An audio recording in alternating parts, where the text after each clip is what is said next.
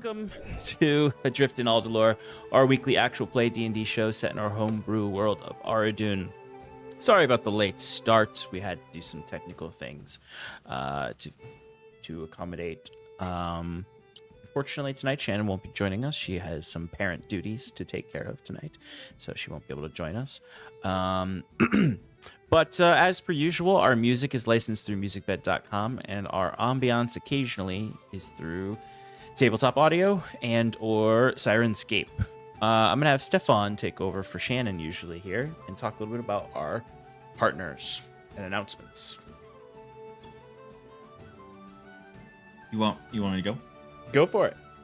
All right. Hey, everyone. Thanks for joining us here in Paradise.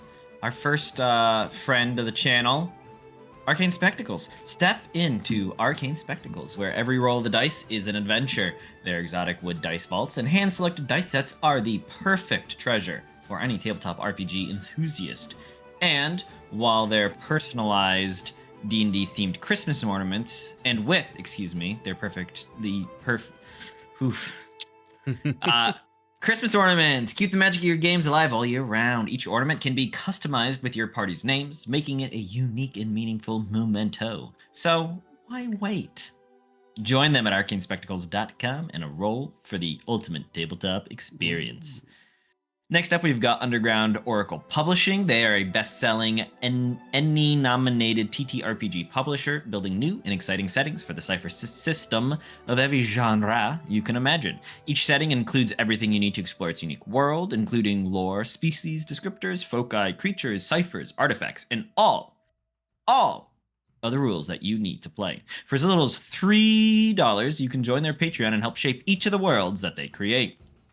Next up, we've got Eddie Yorke. He is our character artist. You saw the art. It's playing down there. It's great. He's great. He's an illustrator based in the UK who makes art for games and books. To visit his portfolio and get in contact with him, visit eyorke.com. Finally, we've got 1985 Games. They create affordable, accessible, high-quality accessories for D&D and other tabletop role-playing games. Sean uses their NPC cards, which have made some very memorable and wonderful NPCs that we as players love to engage with, and Sean did not have to do nearly as much work to do. I'm a little jealous. You can use the code paradiceprod for 10% off the entire order when you shop there. And finally, we've got recaps and VODs on Discord. They're a little behind, but you know what? That's okay, because if you just watch us every week, you won't be behind. So just make sure you're here every Monday night between 6:30 and 7, whenever we decide to start. But they'll be updated soon enough, and when they are, we'll definitely let you know. Until then, you can join us in Paradise on Bluesky, Twitch, Twitter, YouTube, Discord, Instagram, and TikTok to see what it's all about. All right, I think that's all. Good job. Thanks. Excellent job. Do I get anything for it? An uncommon magic item? My praise. Congratulations. Yes, praise Thank from you. Michael. Thank you. It means literally nothing. You get a bowl of Michael Udon's famous noodles. Ugh. Don't know how I feel about that. Alrighty. The slurpiest of noodles. All right, so we are going to jump into our recap.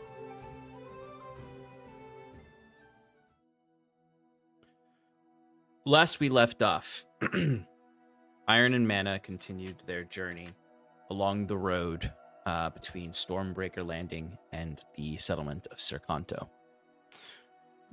After having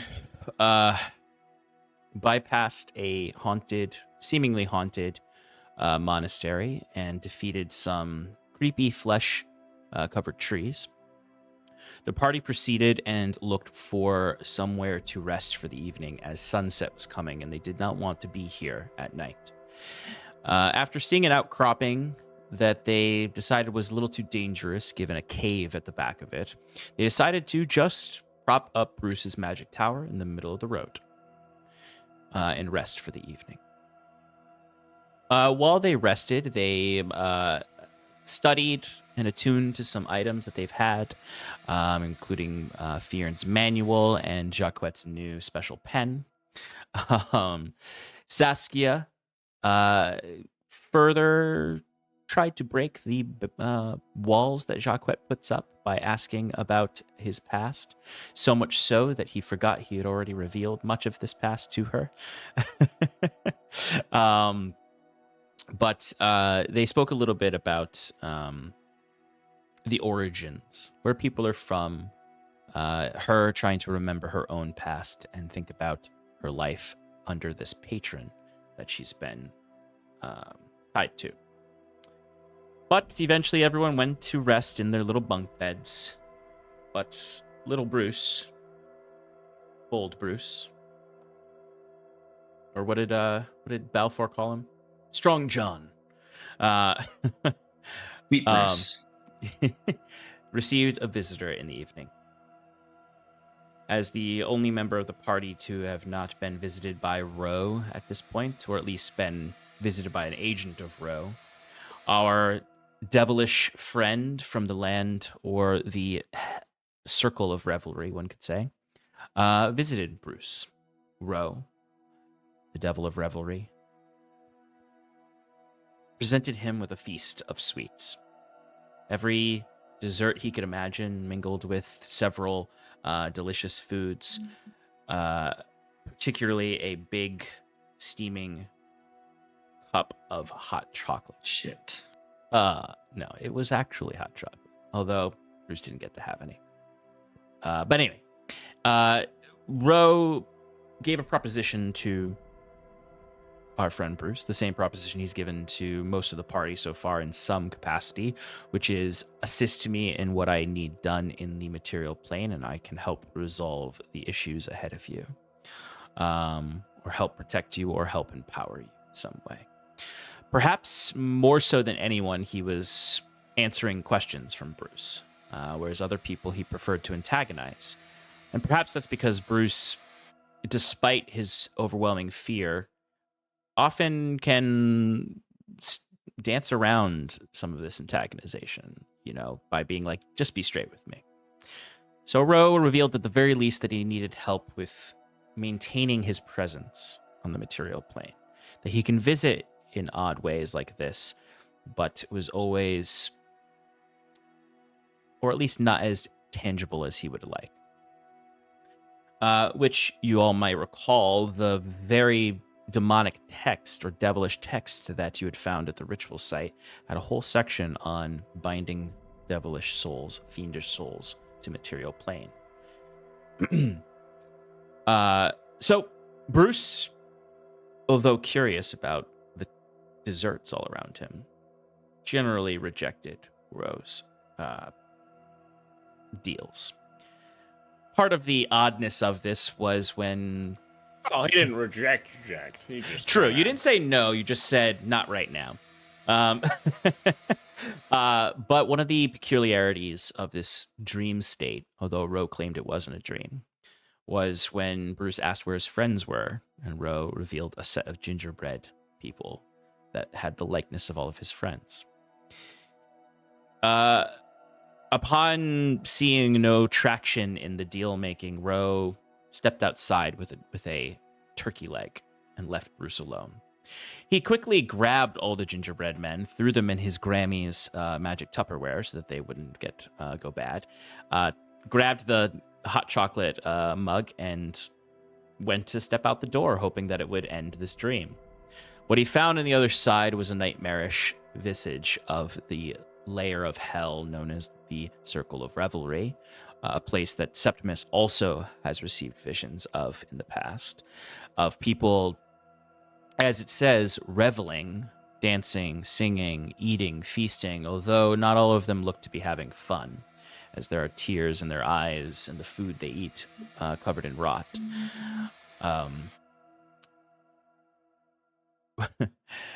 He quickly dumped out the hot chocolate as Roe revealed himself to still be there.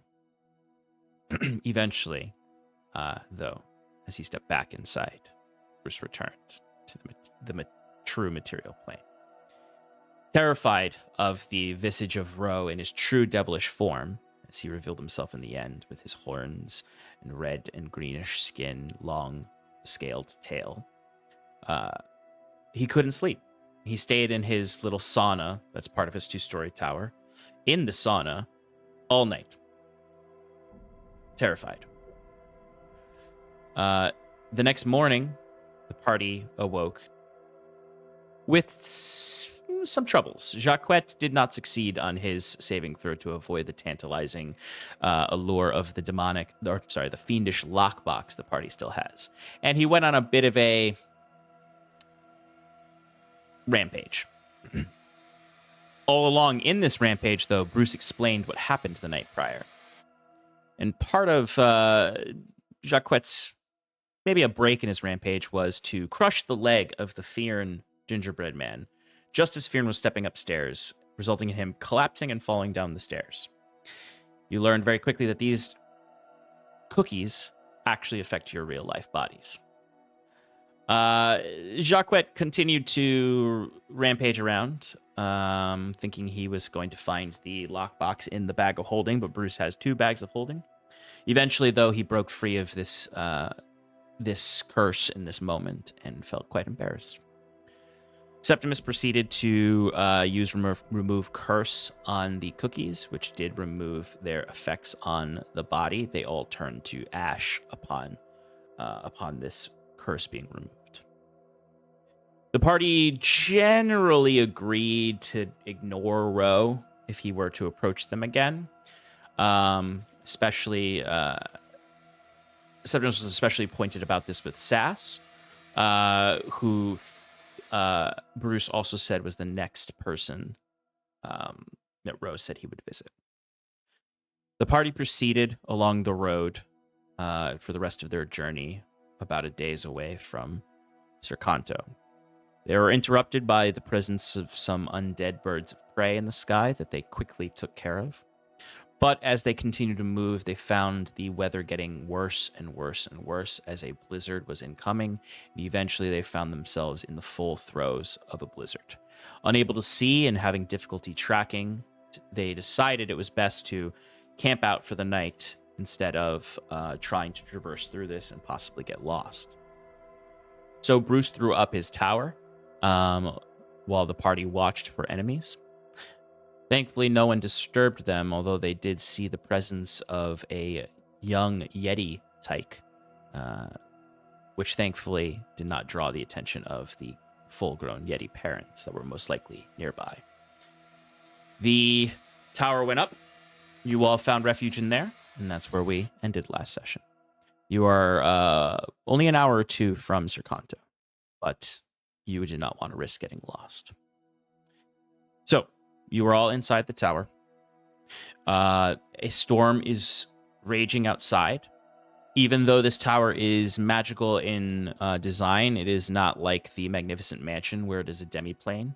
So you are feeling the winds striking against the walls of the tower. Yes. Inside the tower, it's supposed to be tempered, though. Yes, you're not cold by any means inside, but you can feel the creaking of the magic tower. Of course, it is magical, so there's not a chance of this storm, at least in its current state, destroying the tower or breaking it open in any way, like the magic-eating slimes that you encountered in the sewer into Stormbreaker Landing. But it's still, like any time where you're locked somewhere with a storm all around you, it might be a little stir crazy while you're in here. It's also by no means bedtime. You did not. It's really only around 3 o'clock in the afternoon. You're not sure how long this storm is going to last for. So at this moment, what would you like to do? Less than 24 hours. I did, yes. That's right. Fearn used his druidcraft to determine that the storm would end before within 24 hours. So, anything in particular you want to do, or are you just hunkering down until the storm ends? Go for it. I'm going to continue reading my manual. Okay.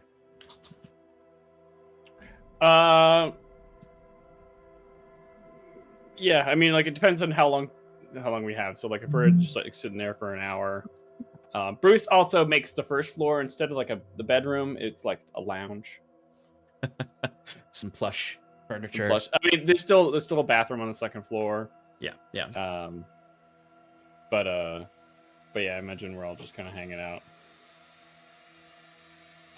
Jacques will take this time to get everyone, quote, attuned to his scribe's pen, and explains to them all that, when I use this pen and you're connected to it, only we will be able to see what's written. So, just in case that ever comes up and is handy, it's there.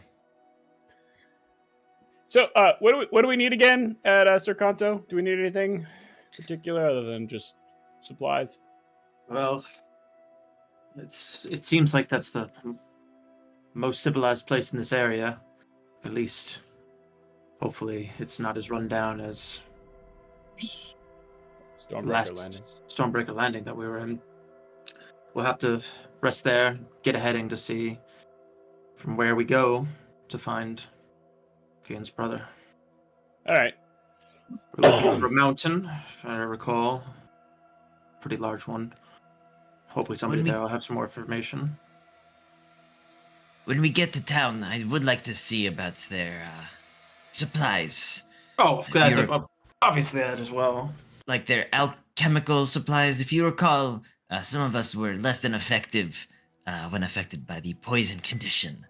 So, making sure that we have a potion of cure poison, or even just an anti-poison, I think will come in handy down the road. No, I think I could. I remember reading somewhere where I can Clap your hands and say, yeah? Yeah, it actually, that's part of the spell. I can clap my hands and then poison goes away. Yeah. I got to recall how to do it. I also need to probably make the tools to do it. If that's something that you want me to, It could be useful. I'll never say no to a little buffing, as it were. The potions might still be helpful in case Bruce is, occupied. Of course. Always have a backup plan, right? Yeah.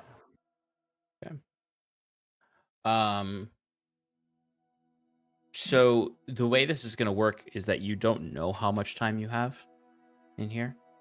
So I'll essentially do like an hour by hour play. If there's anything new you want to do each hour, depending on how long you've been here. I already rolled last week for how long this is going to be. First hour goes by. It's quiet, save for the loud winds outside. Second hour begins.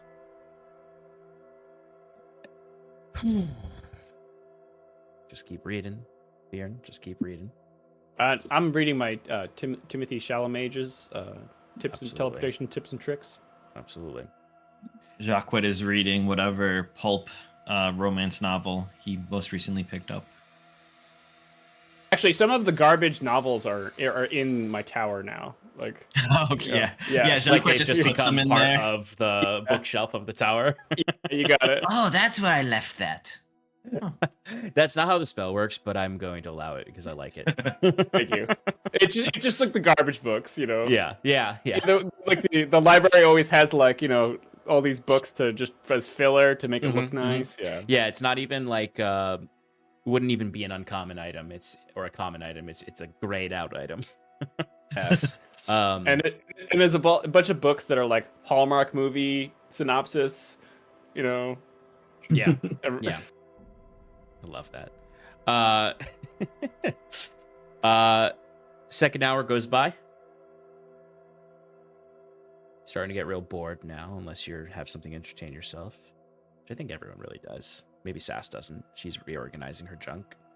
Sorry, scrap. Trash.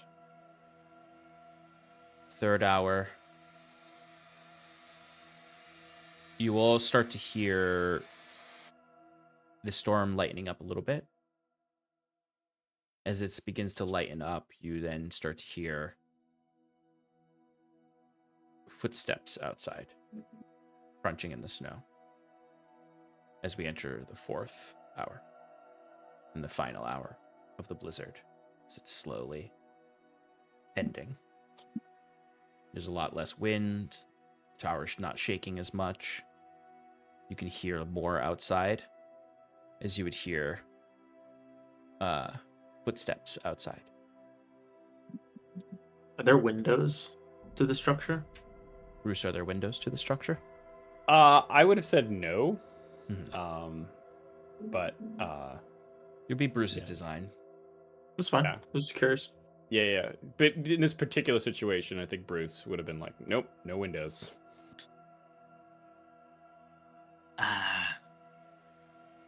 You hear that? Yep. I did hear something as well. I'll go check it out. I Wait, slammed my book closed. hold on. Is the storm Wait. storm still ongoing? We're in the fourth and final hour, so the storm is still ongoing. You would still have the effects of a blizzard if you were outside, but it is calming down a little bit. I'll just check it out. Hold on. And Bruce just stands up from the couch in the middle of the floor, and then he puts on his goggles. Okay. Bruce, give me a perception check. You got it. I'm gonna do guidance as well. Sure. And bringing it to a 23. Okay. With a 23, you can focus and discern through the walls of your tower with your tremor sense that there are... Can someone roll me a d4? Bruce. Oh boy. You want me to? Okay. Yeah, you're the one 4. seeing them. Ah, you trash animal. Yeah, that's what Bruce is. So you can, as you wait for this, there are 3 humanoid shapes outside. Oh, There are 3 humanoid shapes outside. And they are walking around, or like shambling around, occasionally touching the side of your tower with their hands, like they're pushing for something to give way.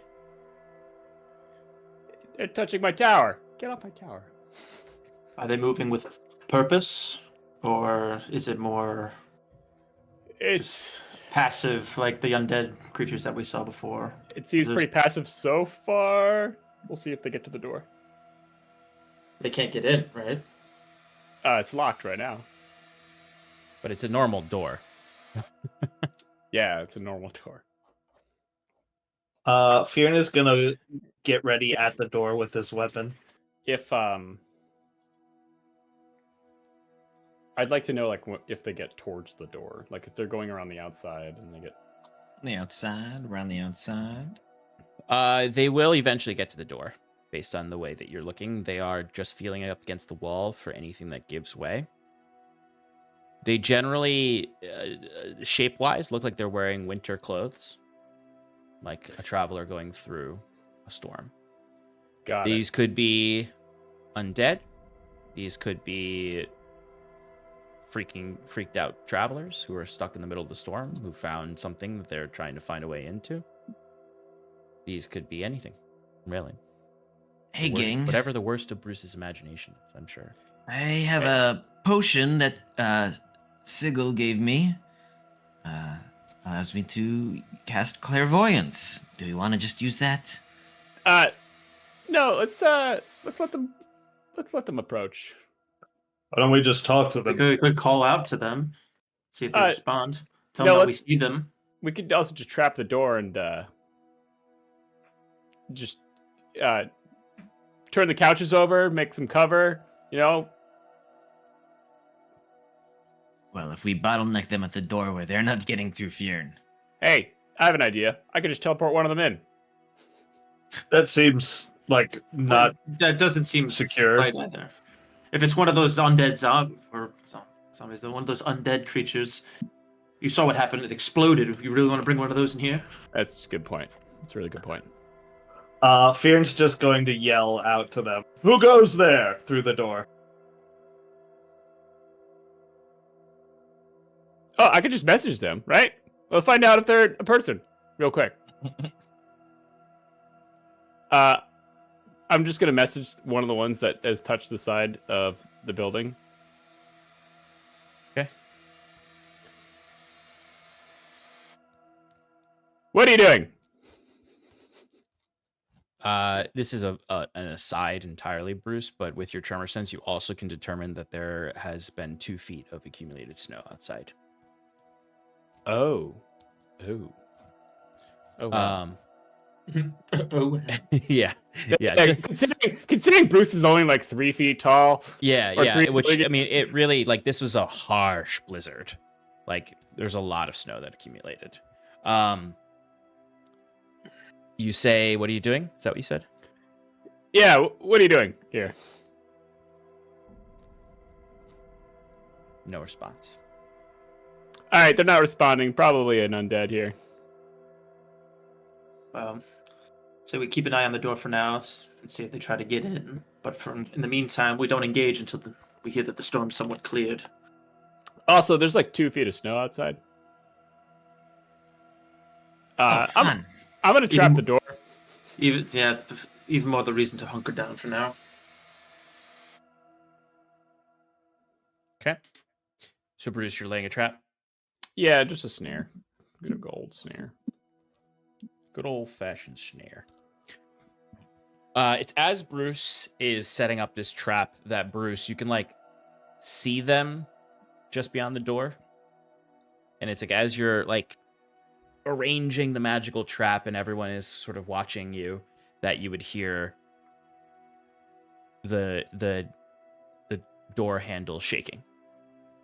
Like something is trying to open it. And then you would hear a bang. A bang. A bang. All right. Hey, grab that furniture. And Bruce is. Let's barricade the door. That didn't sound like a zombie. Yeah, well, they didn't answer. Well, me. whatever it is, we can't read. It's not reasoning. Yeah. What do you want? All right, that's it. Hey, Saskia, ready up some blasts over here?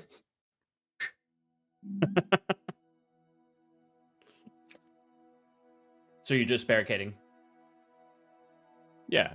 Okay. Well, that's Bruce's vote. I mean, I guess I what don't. is everyone doing? I think we should. I think we should let him in. I mean, if it's a few zombies, we can handle it. But Again, I think we should wait till the storm is over. There's no reason to fight in the middle of being blinded by snow coming down. well, I'm worried that it's not. They're not hostile, and we're sentencing somebody to die out I there. already messaged them twice. They're already dead. Bruce, what Yeah. kind of door is this? I was imagining like I don't know, some like reinforced like wood plus iron door, you know, like Yeah. barred iron with like, banded. Like Iron iron, banded. yeah, thank you. Mhm. with iron and mana. Would this Yeah, have it's got like a the logo. fairly flush at the edges? Like I'm thinking like how much light can you see through this door? Or is it pretty tightly in there? It's so Bruce he knows what he's doing when he's doing construction. Okay. So it's pretty tight. It's sealed. It's sealed in a good way. It's sealed. It's Okay, very cool, sealed. cool. Yeah. Just checking to see if Yeah. you could like see anything through the cracks in the Yeah. door. No. Like Bruce will change it when he wants to add windows, but you know this particular design. Yeah, is like, this was no, during this a is- blizzard. It was probably airtight. Yeah. Yeah. Is there a lock on the door? Like, Yes. Oh yeah. There's a lock on the door. can I peer Otherwise, through they the would have already opened the keyhole door. or something? I don't know. No, the type of lock that it currently is. There's no air getting in. Well insulated. Yes. All right. So iron banded door.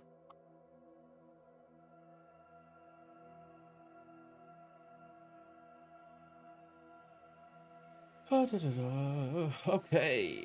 We're going to split the difference between those two things for AC and health. You now hear the one that's at the door, whatever it is, whoever it is. They are no longer knocking on the door. And they weren't really even knocking on the door before. They were like smacking it to see if it would give way. Is now thrashing at the door. You can hear the entity just slamming at it with their hands. Bruce, something you notice is the lock on your door, or the doorknob mechanism there. You can see frost accumulating on it. Like they are attacking with an icy attack. The temperature inside is affecting it. Like it's you can see some condensation on it, but the door is beginning to freeze. Yeah, crap.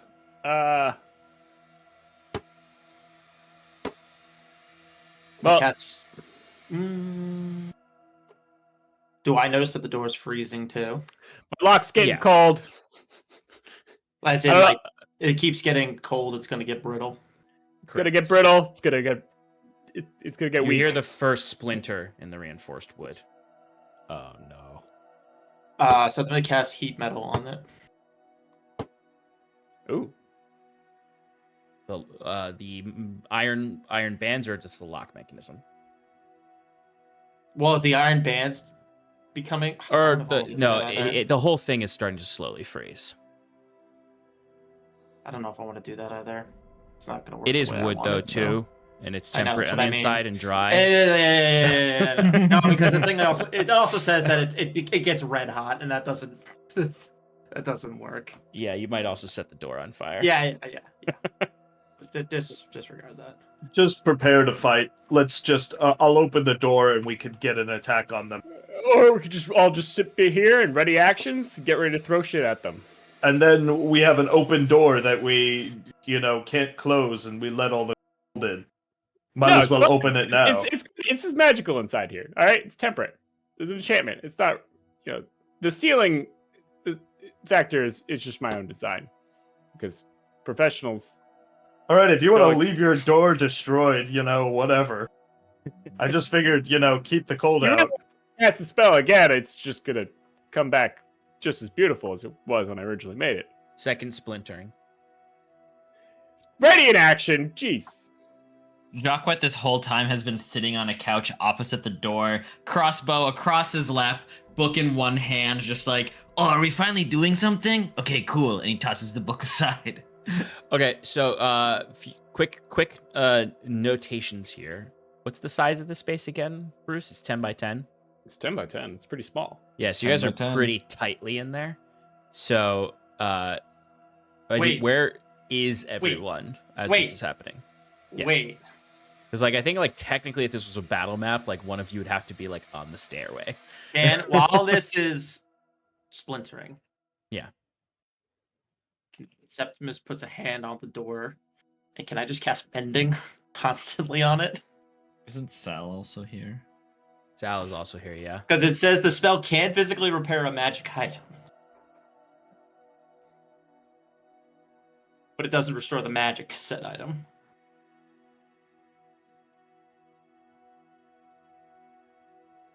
So I would not. So repair magic item or construct. This would be a magic construct. But if it's no longer magical by its very nature, it would not be here. Because it is a summoned structure, in my mind, where if it can't hold its magic, if its magic can't be restored, then it would not repair it in the full sense of the magical structure. All right, then ready in action. I also think that eventually the damage will be more than a foot if all three of these things start attacking the door. So yes, you could buy yourself time with this, I would say, for sure. Sean, it's 100 square feet, by the way. Oh, the tower? Yeah, each floor. Which is 10 by 10. Yeah. Yeah. Okay. And Bruce did trap it. There is a trap at the door. Yes. If it's buying us time, then if you're allowing me to do that, keeping a hand there, it's like, all right, if I can hold this for only so long, is there any more traps or anything you want to do to prepare? We could throw in a barricade, or just throw in one of those couches. I think these things are going to come in regardless. Probably. All right, ready up. Okay, where is everybody? So you have 10 by 10 space. Does mean you guys have to be kind of cramped up on each other. But like, basically, who's in front, who's in behind? Behind. Front. Fear should be in the front. Sal in the front with him as well. Sal and Fear up front. Sass, I'm gonna say, is on the stairs. Okay. Bruce, where are you? I guess I'm wherever else it could go. I could just be in the middle. Yeah, you're with you're with Sass. You can be behind her or in front of her on the Alright, stairs. I'll be in front of her. Yeah, Bruce is a tank. He's more tanky than Yeah. Sass. All right, so we have, I imagine, Sal and Fear flanking the door. Then Septimus, then Jacquette, and then off to the side is Bruce and Sass. Yes. Okay.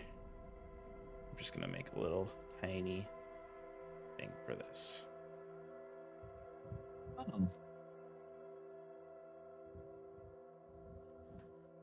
Okay. What actions would you all like to ready?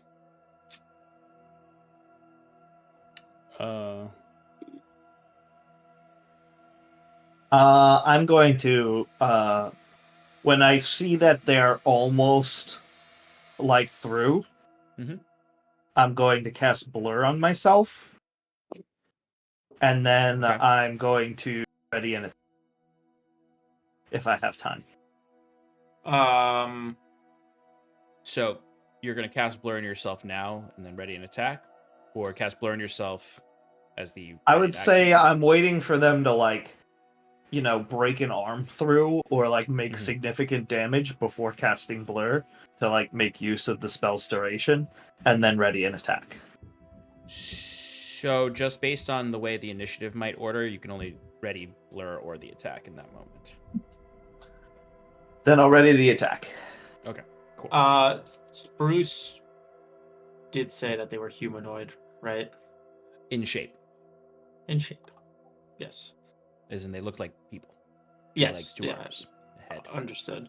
Could I have a like an audible action held? What does that mean? If it is indeed, if it's a humanoid figure, Like and it's not an undead. Yeah. Like I want to cast hold person. Yes, you But can. if I see it's an hold, undead, I don't want to waste my hold person. 'Cause I know it won't work. Stefan, I have a quick question for you, Rules Layer. Yes. In the new D&D rules, do held spells lose their spell Power slot? concentration. If they don't go off. If they don't go off. That's actually a good question. Because I feel like in old D&D, that used to be one of the things that could happen. It definitely is in the old D&D. Yeah. So I'm just curious, because I know there's a lot of, like, you don't lose the spell slot in the new D&D. Like in the way that monks don't lose their key point if the stun doesn't go off. Right, that would be the action. Yeah. So while he's double checking that, Bruce, what's your held action? I'm assuming Sass is just gonna hold an Eldritch Blast. Yeah, it's Just gonna hold 15 Eldritch Blasts. There's a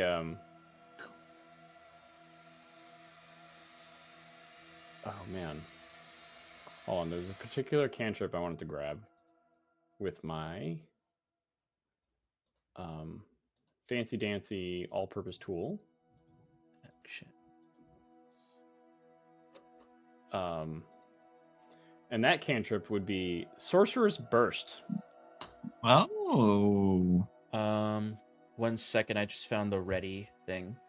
Let's see. You take the ready action to wait for a particular circumstance. You use your reaction to use it. You create a trigger, then use that. Oh, you know what? Now they've actually formalized that you can actually ready movement now. You don't have to ready a dash action. That's nice. When the trigger occurs, you either take your reaction right after the trigger finishes or ignore the trigger. So you can choose to ignore the trigger. When you ready a spell, you cast it as normal, expending any resource used to cast it, but hold its energy, which you release with your reaction when the trigger occurs.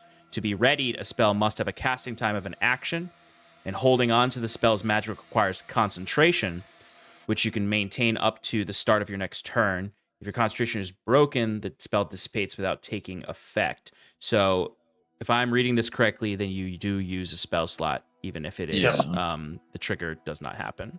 Okay, then I will not do that. Because you Thank for basically checking. channel the spell slot into a held spell that you hold on to, which is why you have to use concentration to maintain it. Then we'll just do a nice little guiding bolt.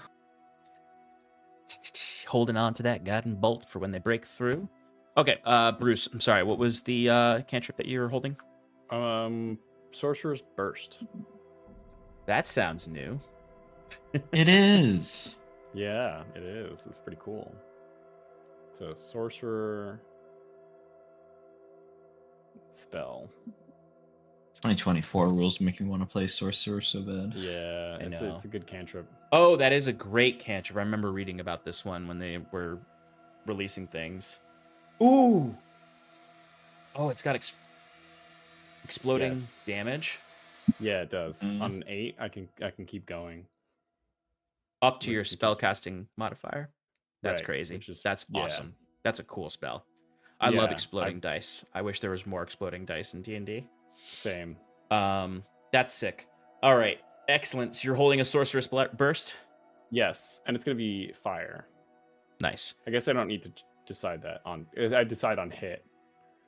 Yep. That's crazy that you decide on hit. Yeah. Stefan, Jacques gonna hold a bolty bolt. Yep. Cool. All right, so you all wait. They had done enough damage that if you decided not to mend or go further, that the next attack will break through at least enough to where you have visuals on the entity. So I am going to ask us to just roll initiative real quick, just for once initiative does start. Dun, dun, dun, dun, dun, dun, dun, dun. Oh, so close. What a waste. 20 to 25. 24. Check. Someone roll for Sass. I got you. 15 to 19. Oh. 14 or 10 to 14. 11.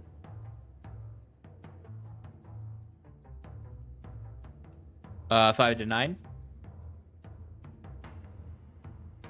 6. Septimus, what'd you get? 4. That's got a 3. Oh, Damn. you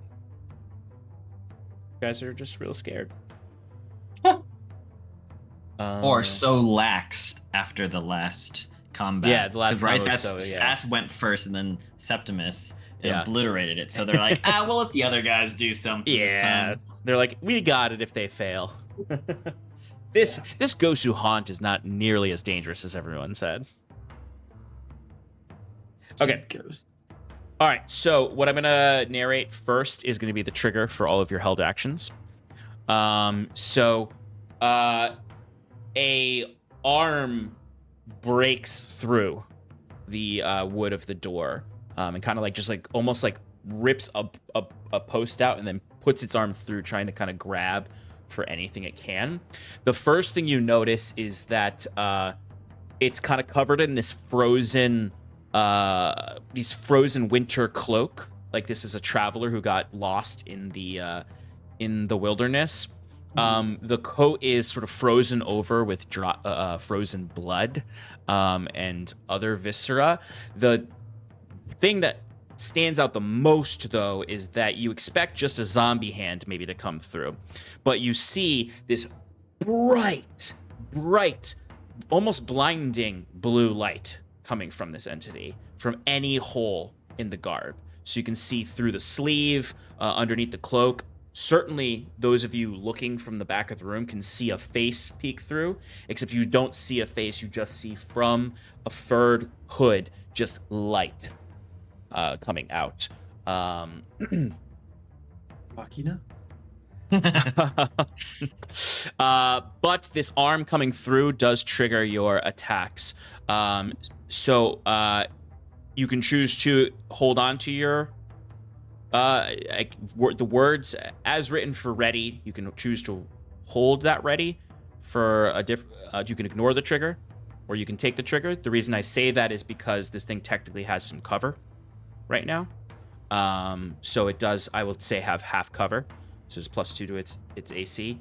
But feel free, go for it for everyone's trigger. Let's go by initiative. Jacquet.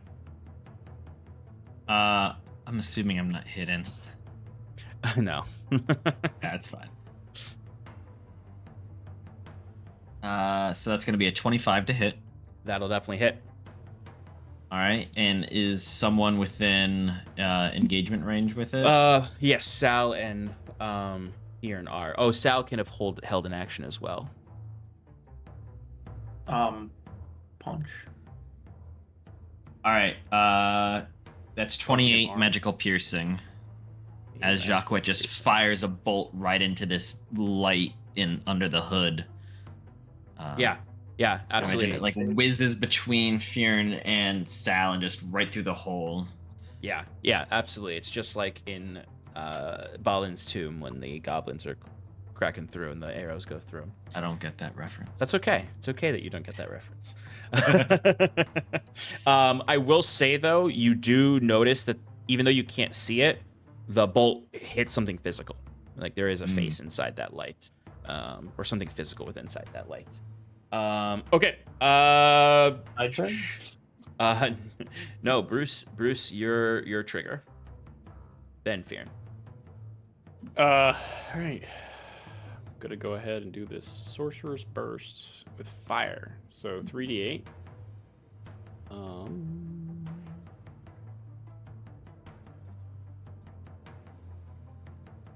Oh my god! I explode on 2 of them. Nice. Oh yeah. First And try. explode again. What? So, hold on. You know, it's Bruce. We should expect some explosions. That door's coming off. Whew, okay. So that's 33 fire damage. Holy shit, dude! Yo. I actually wasn't listening when you said the 2 hit, and I just said it hit. What was your 2 hit? Oh, I never rolled it. I just got excited to Good. Okay, then never mind. I was like, did he actually roll to hit? No, I did not. Hold on. But I do. Oh no, it automatically hits. It's the new spell. You know? Yeah, Sorcerer's Burst is just the greatest thing ever. I Magic got missile. shot. I rolled a 1. Oh my god! After Wow, what a that waste. amazing burst of flame, I like to imagine you still had exploding dice. It's just you didn't hit this thing. It's just this exactly. burst of what does this look like? Because this is like really unstable magic. I feel like that Bruce is using. Oh yeah, for sure. So Bruce goes ahead and like, he's like, imagine he like, Full Metal Alchemist like claps his hands like, and then just like makes makes like finger guns. I cast gun. I cast gun. And yeah, it just like kind of like not being used to the recoil of like of a gun. It just goes. these bursts go and just like you see they like almost like bullets as you just see this like trail of scorch marks on the wooden door going up from next to the hole where the creature's staring through, as there's just sort of this licking flames all around before it disperses. As I love that image of Bruce just like ah! Excellent. All right. Fjern, you are up. You can go for an attack on this arm. Okay. Yeah. Fjern, if you roll a 19 or a 20, I'm going to say you cut the arm off. Oh. Okay. I just get 1 attack, right? You're holding your attack action, so you are. Yeah, let me just double check the readied. You take this action on your turn, which lets you act. If it's a reaction, I only get 1 attack. It would be weird if I got 3. Pretty sure it's an action. It's a thing where it's like Yeah. haste is like no, you only get one. Yeah, no, you take the full action, and it is your attack Yeah. action. Oh, okay. Well, Yeah, so then you I get get all 3 three attacks. attacks. I mean, that's why a readied fighter is a really powerful thing. And also, you know, So I got a 19, but it was 10 plus 9. no, I meant on the dice. That will hit though. Okie dokie. Artichoke. God, I cannot wait for the new DM screens to come out.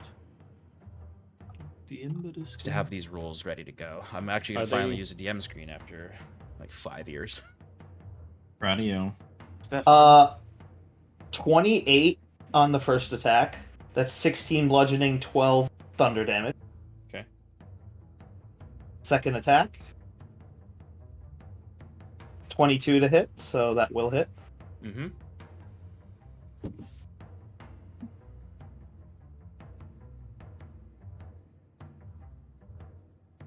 For 17 bludgeoning, 8 thunder.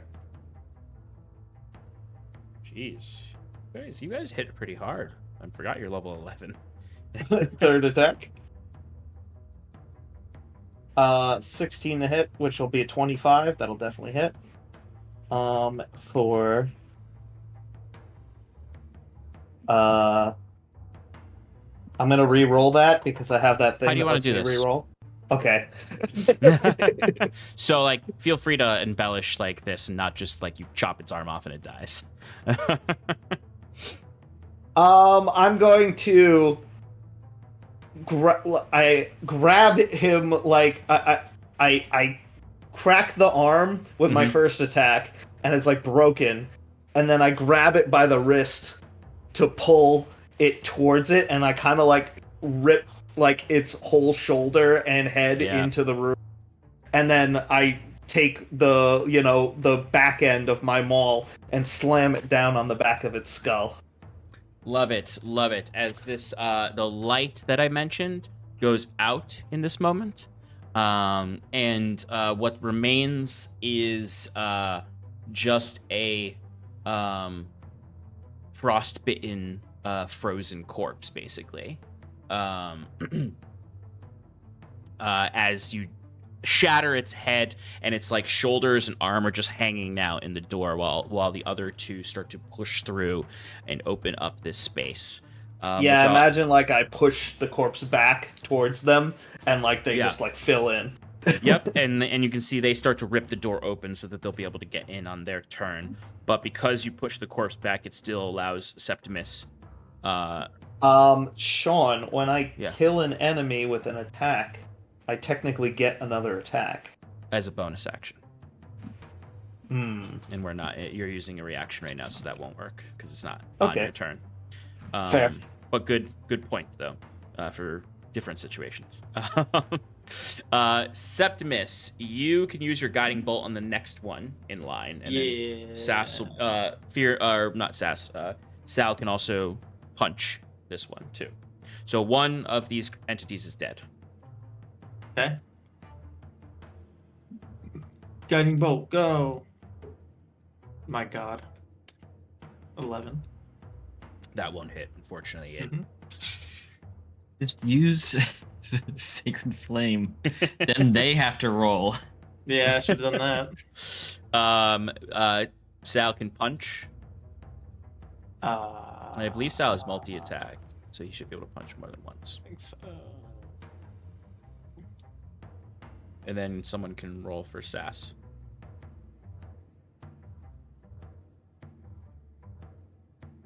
N. 10 to hit. Yeah. That does not hit. Dude, what the fuck? I do kind of just like want to like let you roll physical dice Mhm, just to mhm. see what happens. Yeah, and that's 11. Uh, I looked up the thing to turn your phone into a webcam. So, because I have a little tripod, I could totally set up like a little dice pad, you know? so Sal is like, I imagine more so wrestling with this thing and not being able to get Mhm. damage off, but is still like Yeah. wrestling with it. All right, can someone doesn't get roll anything. some Eldritch Blasts from Sass for me? I'll do it. Because you guys No, held your no. actions, Jacques and Bruce, you'll get turns before the enemies go. Okay. So she's got 3 Eldritch Blasts that she can launch. Mm-hmm. On the dice, 19, 15, Hits. and then 7, but that's plus 10, so 17. All 3 hit. Boom. So go ahead and roll. Doki slash Doki. 3d10 plus 15, I think. Plus 15, yeah. Yeah. Ooh, weak roll. 24 force damage from Saskia. Okay. All right. So I just like these things are ripping the door open, like splintering it in 2, and I imagine every time a board comes undone, another Eldritch Blast fires through, or another attack goes through, while Sal's trying to rip one of them through to be able to crush it. Jacques, you are back up with Bruce on deck with full turns before the enemy gets to go. Okay. Bonus action, stutter arm. Mm-hmm. And then I'm going to fire at the one that we've been damaging. Okay. For a 27 to hit. That'll hit. And while you're attacking these things, there's almost like this, almost like strobe light as their heads keep moving and these big blinding lights come into the room. But no effects have happened mechanically from that yet. Oh, okay. Good to know. 22 magical piercing. Okay. All right. Anything else, Sharkwet? I end my turn. All right. Another bolt to the face. Bruce. Step number 2 on this burst. Yeah. Now that Bruce Now that you know what it understands does. the recoil. Yeah. Now that Bruce has experienced the sorcerer's burst. Yeah. We're gonna try that again. With a 15. 15 just hits. Whew. Whew. See if we get those exploding 8s again. Oh, it's not gonna happen again, dude. All 1s. Well, now that I understand. Oh, okay. Never mind. I got 2 8s. Oh my. Oh my lord. god. Bruce. In theory, it is. And I blew up again. Oh my god. He's gonna kill this thing with a fucking cantrip. He Okay, actually well, hit this time, right? I did. He did. He actually I know. This rolled. time. He just I'm hit. teasing. He literally just hit. Literally just hit. Okay, hold on. How much? I can add. I'm stressing out right now. Sorry. So that's 16, 21. We're looking at 41 damage. Yeah, because you double aided and then aided again. And got a 7. You also just rolled high on the non-8s too. Yeah, I did. Yeah. So what was the total damage? 41. Bruce, how do you want to do this? Well, now that Bruce understands the recoil, he's like, all right. So his little finger guns and like his little all-purpose tool kind of bent around his fingers, the end of his fingers. He's just gonna readjust that real quick, and then he's gonna go, with his really poor vision also. He's just gonna line it up and to just, you can't see it, but he closes his eyes. Excellent. Yeah. And I imagine just these bursts of fire. And then, yeah. And this, again, the body lurches forward and falls like into the room like it was about to get in. Now a lifeless, frozen, inanimate corpse. Whew. Yay. All right, so the third one gets a turn, finally. Okay. Let's see. First person it's going to see is Fearn, because you're right there. Fearn, I need you to give me a Constitution saving throw. Okay.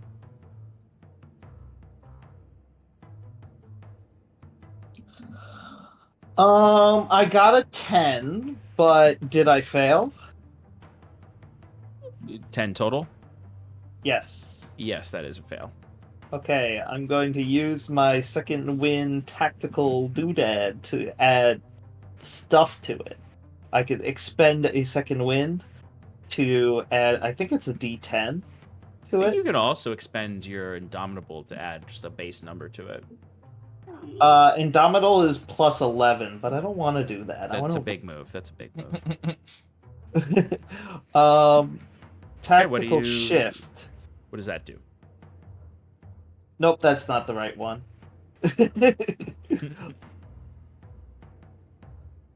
Where the heck is it?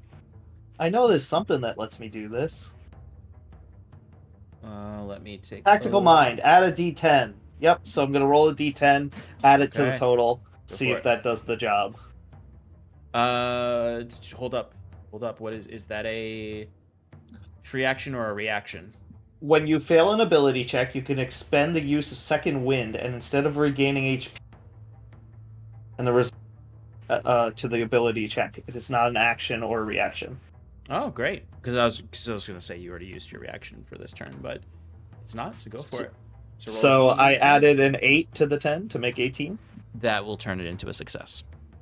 Great. As the DC was 14, as this a creature attempts to blind you with the light that comes out of its hood.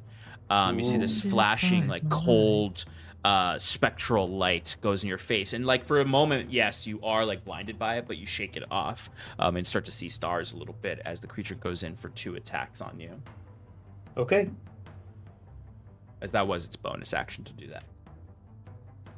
All right, Fear, and here we go.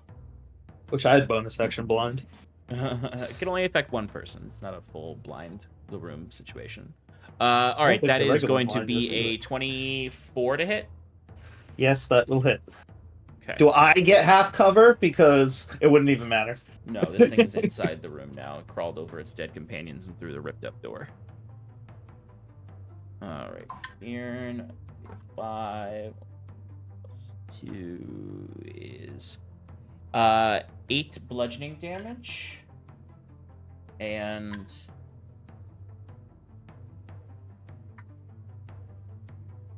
17 cold damage. I already used the reaction, Mm-hmm. so I can't use shield or absorb elements. Correct. 8 bludgeoning, 17 cold. Correct. Yep. Done. Second attack is an 18 to hit. Miss. Okay, so its second attack misses, but it did go for you with its cold slam. That's the end of its turn. Theron, you are up with Septimus on deck. Cool. This Didn't one mean has that to not be a taken any pun. damage yet. Okay. I'm going to attack it normally.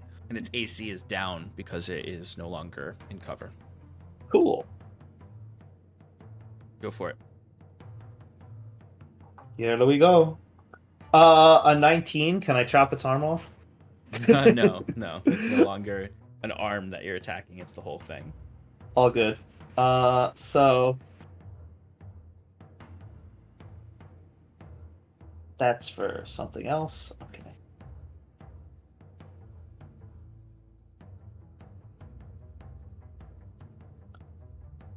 Uh, 14 bludgeoning, 9 thunder.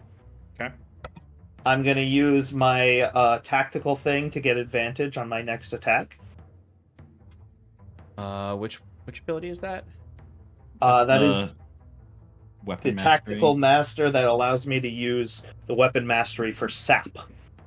Oh, So okay. when I Cool, hit cool, an cool, attack, cool. I can get advantage on the next attack. I was thinking of a different fighter feature, which is if you miss, you get advantage on your next attack. I could also do topple to prone him, also giving me advantage and proning him, but I'm not That going would to do fuck that. Or it give up your for allies everyone else. disadvantage. Yeah. So I'm going to attack. Go for it. I rolled the wrong dice, so let me do this. Come on.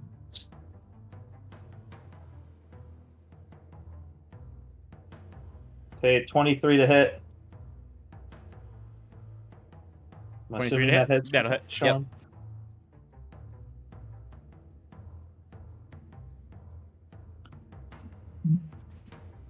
19 bludgeoning and 7 thunder. Third attack. I'm also getting advantage on the third attack from just casting Sap again. It's not letting me roll at advantage for some reason. There it is. It's going to be a 27 to hit. That'll hit.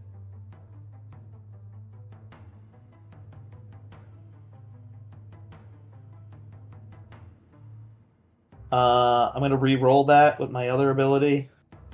Go for it. Septimus, you're on deck. You.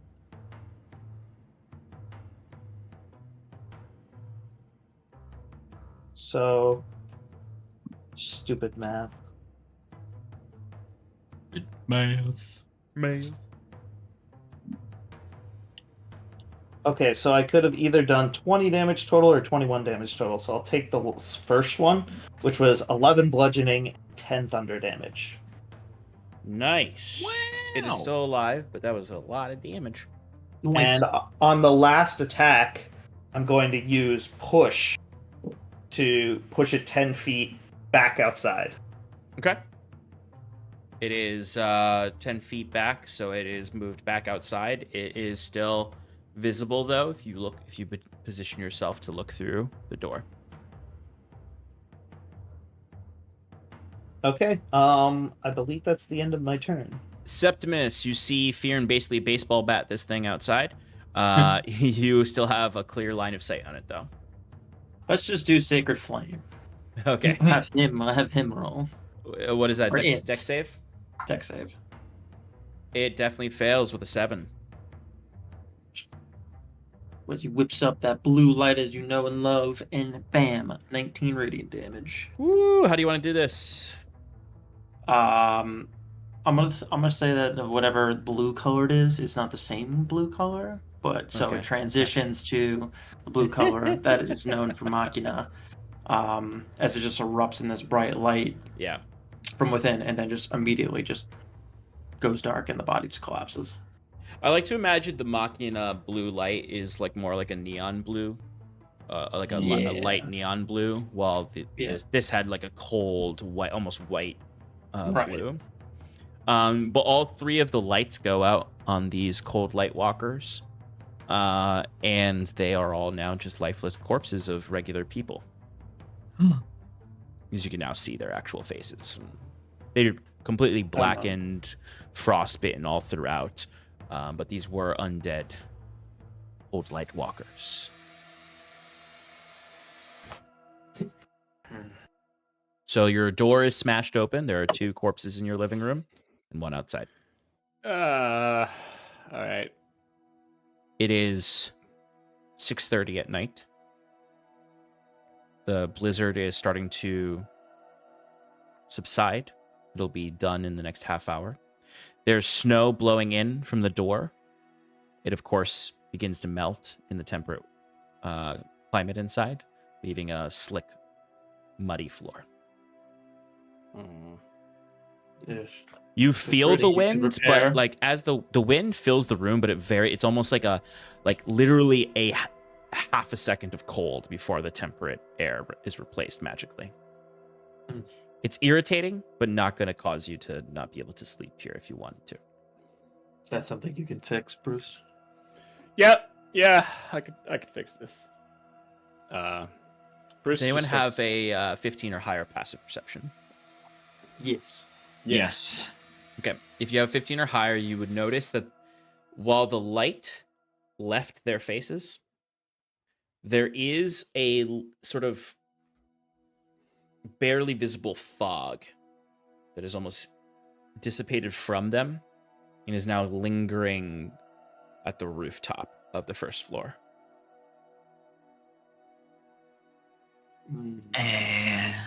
Does it look familiar to like when we were in that one town, fucking starts with a B. Billowgrass? Billowgrass. Yeah. Like you know, when Fearn and I try to extract the elemental from that person. Did it look anything familiar like that? Yeah. Actually, you know what? Okay. No, I mean, this is a good recall of an experience for something happening in front of you. Yeah, it does Okay. kind of look like that, or remind you Huh. of that. Hey, does anybody have any gems? Mm, It's a good question. I have Uh, diamond, but Bruce, you recall that the warnings of this place was not just undead, but angry spirits of the land. All right. Yeah, I think this is an elemental spirit right here floating in our living room. Oh, Probably should capture that. No. All right, well, get it out of our living room. The Fear? the roof of the first floor begins to freeze where the mist is touching it. Icicles very quickly are forming. Get rid of it, Feared. Suddenly these icicles start to come down and you can see they start to form into faces. Anguished in pain, possibly the faces of these travelers before they were killed by evil winter spirits. Um, The faces almost like grow in the way that ice forms on something, and at each layer they change in their anguish. Before are any of these faces like close to me? Like, would I be able to reach up and grab like towards them, or it's 10 feet tall. Fearn is like 6'5", right? You could yeah, probably something like that? jump up and touch one of them. Could I use a reaction to cast absorb elements to try and like calm their energies? Because I remember using absorb elements during our last elemental excursion to like basically weaken them. Go ahead and cast it. You're trying to cast absorb elements to affect this. Give me a d20 roll. Okay.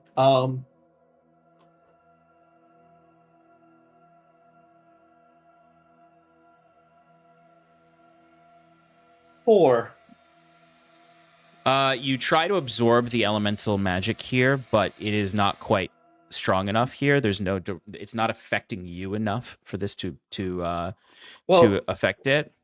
Yeah, I was like, I would physically touch the cold to try and. Yeah. So what I'll Okay. say is you do have resistance to frost or to cold damage for the next 6 I have seconds. resistance to fire damage, I think.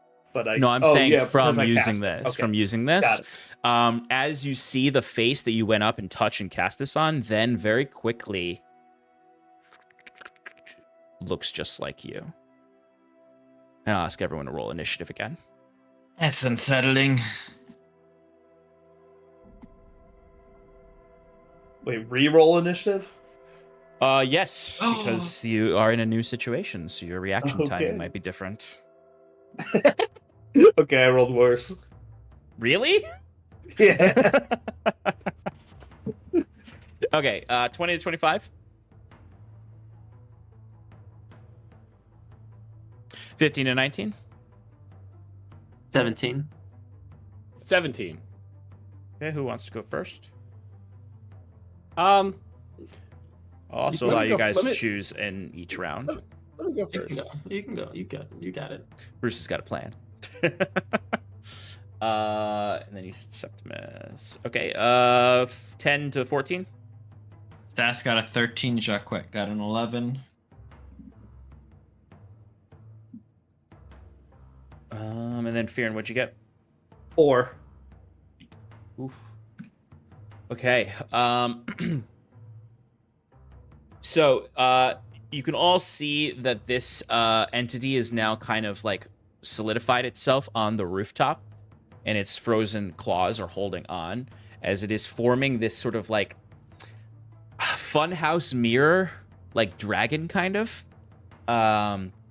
It is a medium creature, taking up five feet on the ceiling. It has several wings and little arms coming off of it, but it's mostly made of ice, as it then is forming this reflection of Fearn, essentially, as Fearn touched it. And then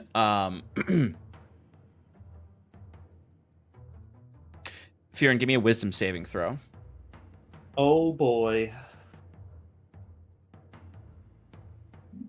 I got a 19 minus 1 is 18, Sean. Okay, Fearin, you make this save then.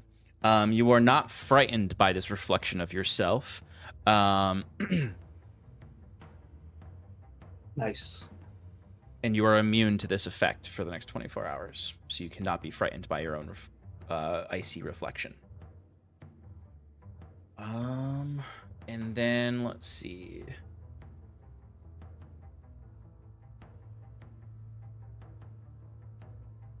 Okay, so with a bonus action, this entity is going to use its convocation of ice. And I'm going to need everyone within 15 feet of it is going to experience essentially the blizzard outside, as there's a frozen squall that is occurring inside of Bruce's tower.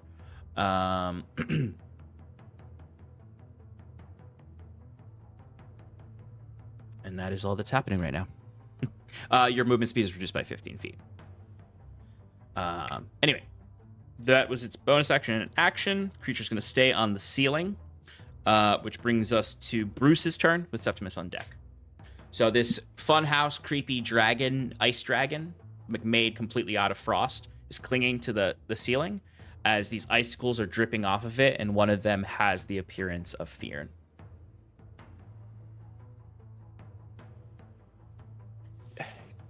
Just get out of my house. I'm gonna vortex it outside.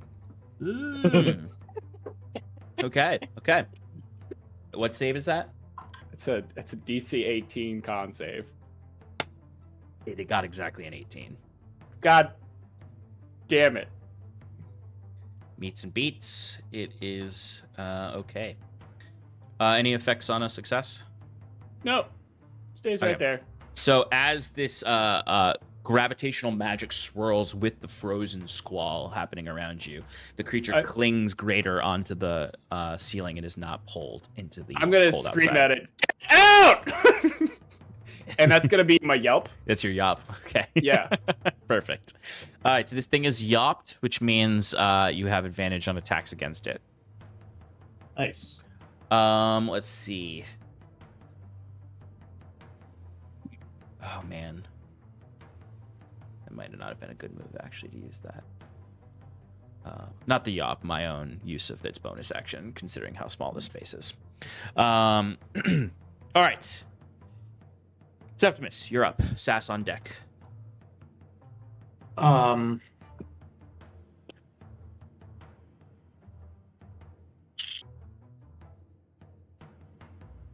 I'll just hit it with another Sacred Flame. Okay, dexterity. It got a 16 on 16. Doesn't beat. All right, it fails. Go ahead and roll damage. That'll be 18 radiant damage. Ooh, nice.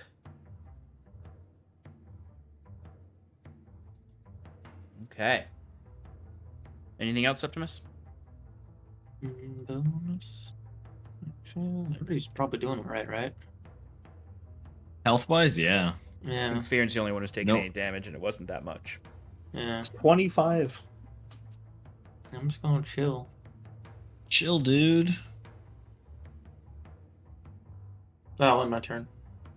No. Oh, okay, I'm not done yet.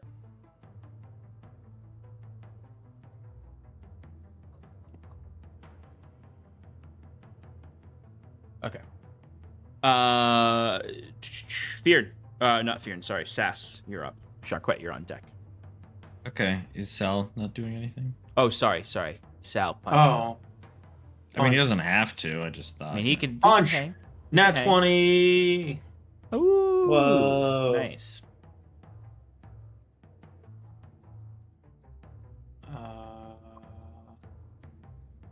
6 points of bludgeoning damage. Or force damage, I guess. How much? 6. 6? What's I don't know. the? I need what's his character. I need a sheet. I don't have a sheet. Oh, you don't have a sheet. So are you going off of just I randomness? sent it to you. I know, I didn't save it. I went off my own Fool. unarmed strike, and I was like, wait, that's not right. I was like, don't wait. Let's. He does 2d6 plus your proficiency bonus of force damage. Okay, so that is Okay, so I'm 12 force damage. 12 force damage plus your proficiency bonus. Yeah, that is with the proficiency bonus. It'll be 12 just off of the net 20, so 12 plus the 8. Oh shit! Yeah. Yeah. So what is that? It was 8 that you got on the dice for? Yeah. Okay, so then it is. So then it would be 12 plus 12, 20, 24. Yes. Nice. We got there, just guys. Uppercuts. Yeah, Sal's just. Frost fearing in the face. I like to imagine Sal's just like reaching up and like punching and grabbing at this thing, trying to pull it off the ceiling. Okay. And then he eats another one, right? Yes. Yes, he does.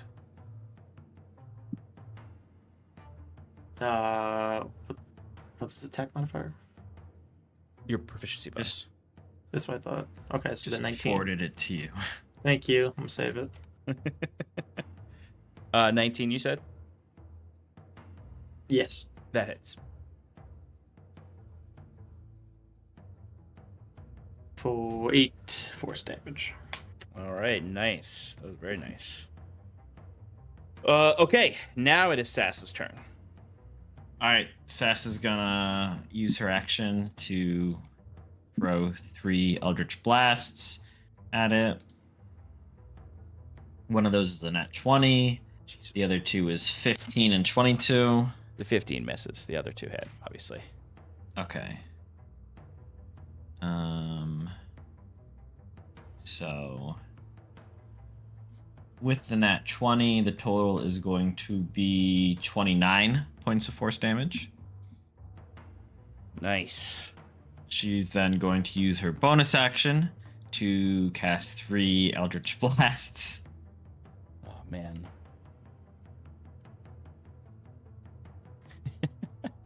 For 26, 22, and 16. All of them hit.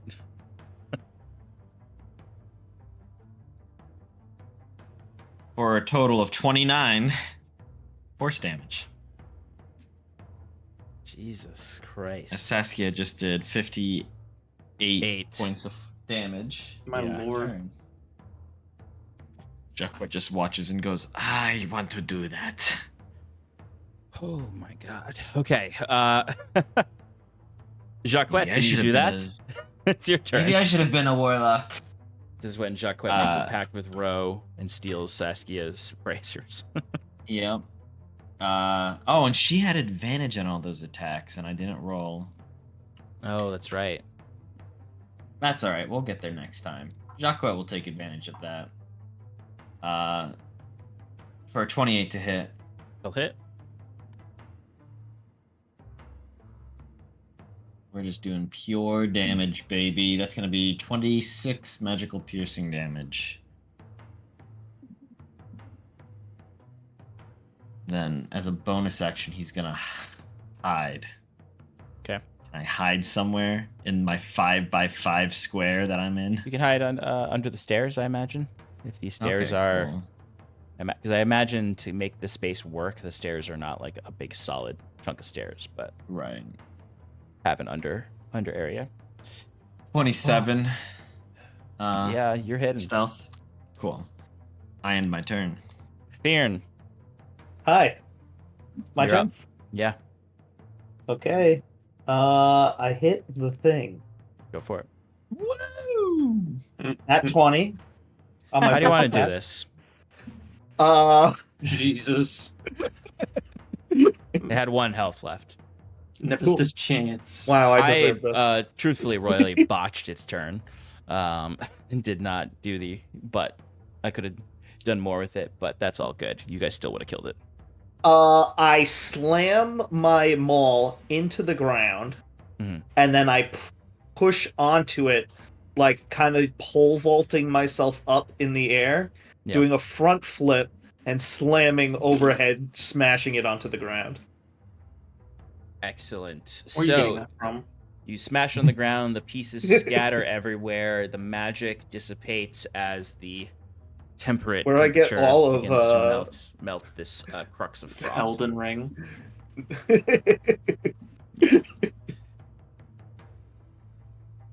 Ending the squall in here, and as far as you can tell, ending the danger of the cold light walkers and the frost spirit. Is the miasma gone or the mist? Light? Yes, the mist was the Okay. elemental. I just wanted to make And sure it that it wasn't like a solidified. lingering thing that kept on going. No. The mist and the elements were one and the same. It then solidified itself into the crux of frost. Damn elements. If we have enough on our hands with the undead around here. Jacques goes over and like toes the melted elemental. Like, is it done this time? Is it really done? Phase 3. No. This isn't even its final form yet, Jaquette. Fear By the does gods. put his weapon away and says a quick prayer over the defeated element. And Bruce is just like, fucking deities. Help me with the bodies. Somebody. I'll help you. Do they actually? Do they have any good winter clothing? All the winter clothing on them is caked in frozen blood, and they look as though they died specifically because they were not protected enough from the elements. These are people who went out into the woods in their winter clothing and just never made it home and died out in the frost. Classic mistake. Um. Well, is the storm still raging? It's winding down. I would say easily enough you can perceive that it should be done within a half hour. All right. It's 6:30 in the evening. It is very dark outside.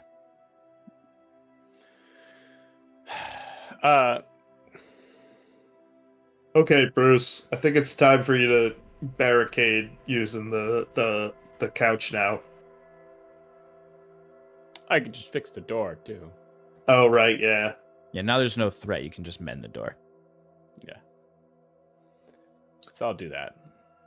Um, And then I'll go upstairs and take a bath. Another one. Yes, Bruce, you're able to mend the door. could I try and like go to this elemental creature's, corpse? Is it still like maintaining form? No, it is essentially several small puddles of elemental water. Okay. There's some ice cubes left, so to speak, if you wanted to cool your beverages, but it is very rapidly melting in the temperate climate of the interior here.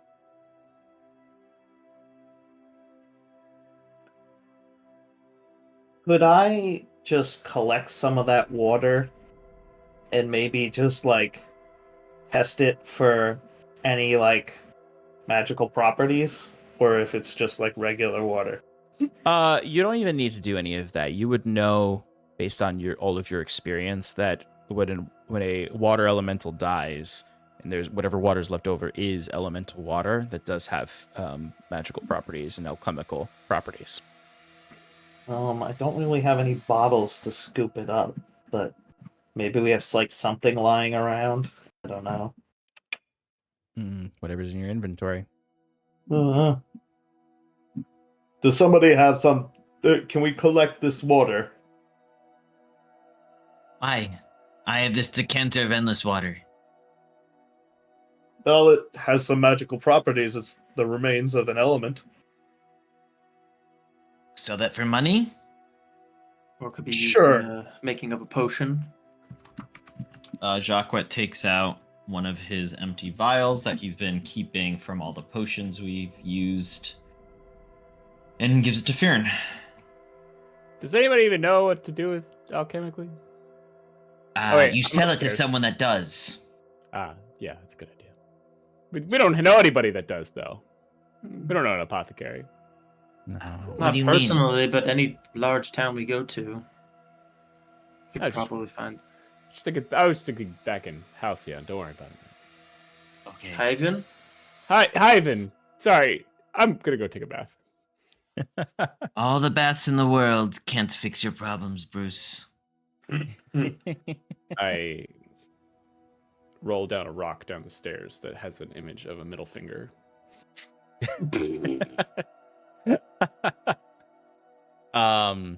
Okay.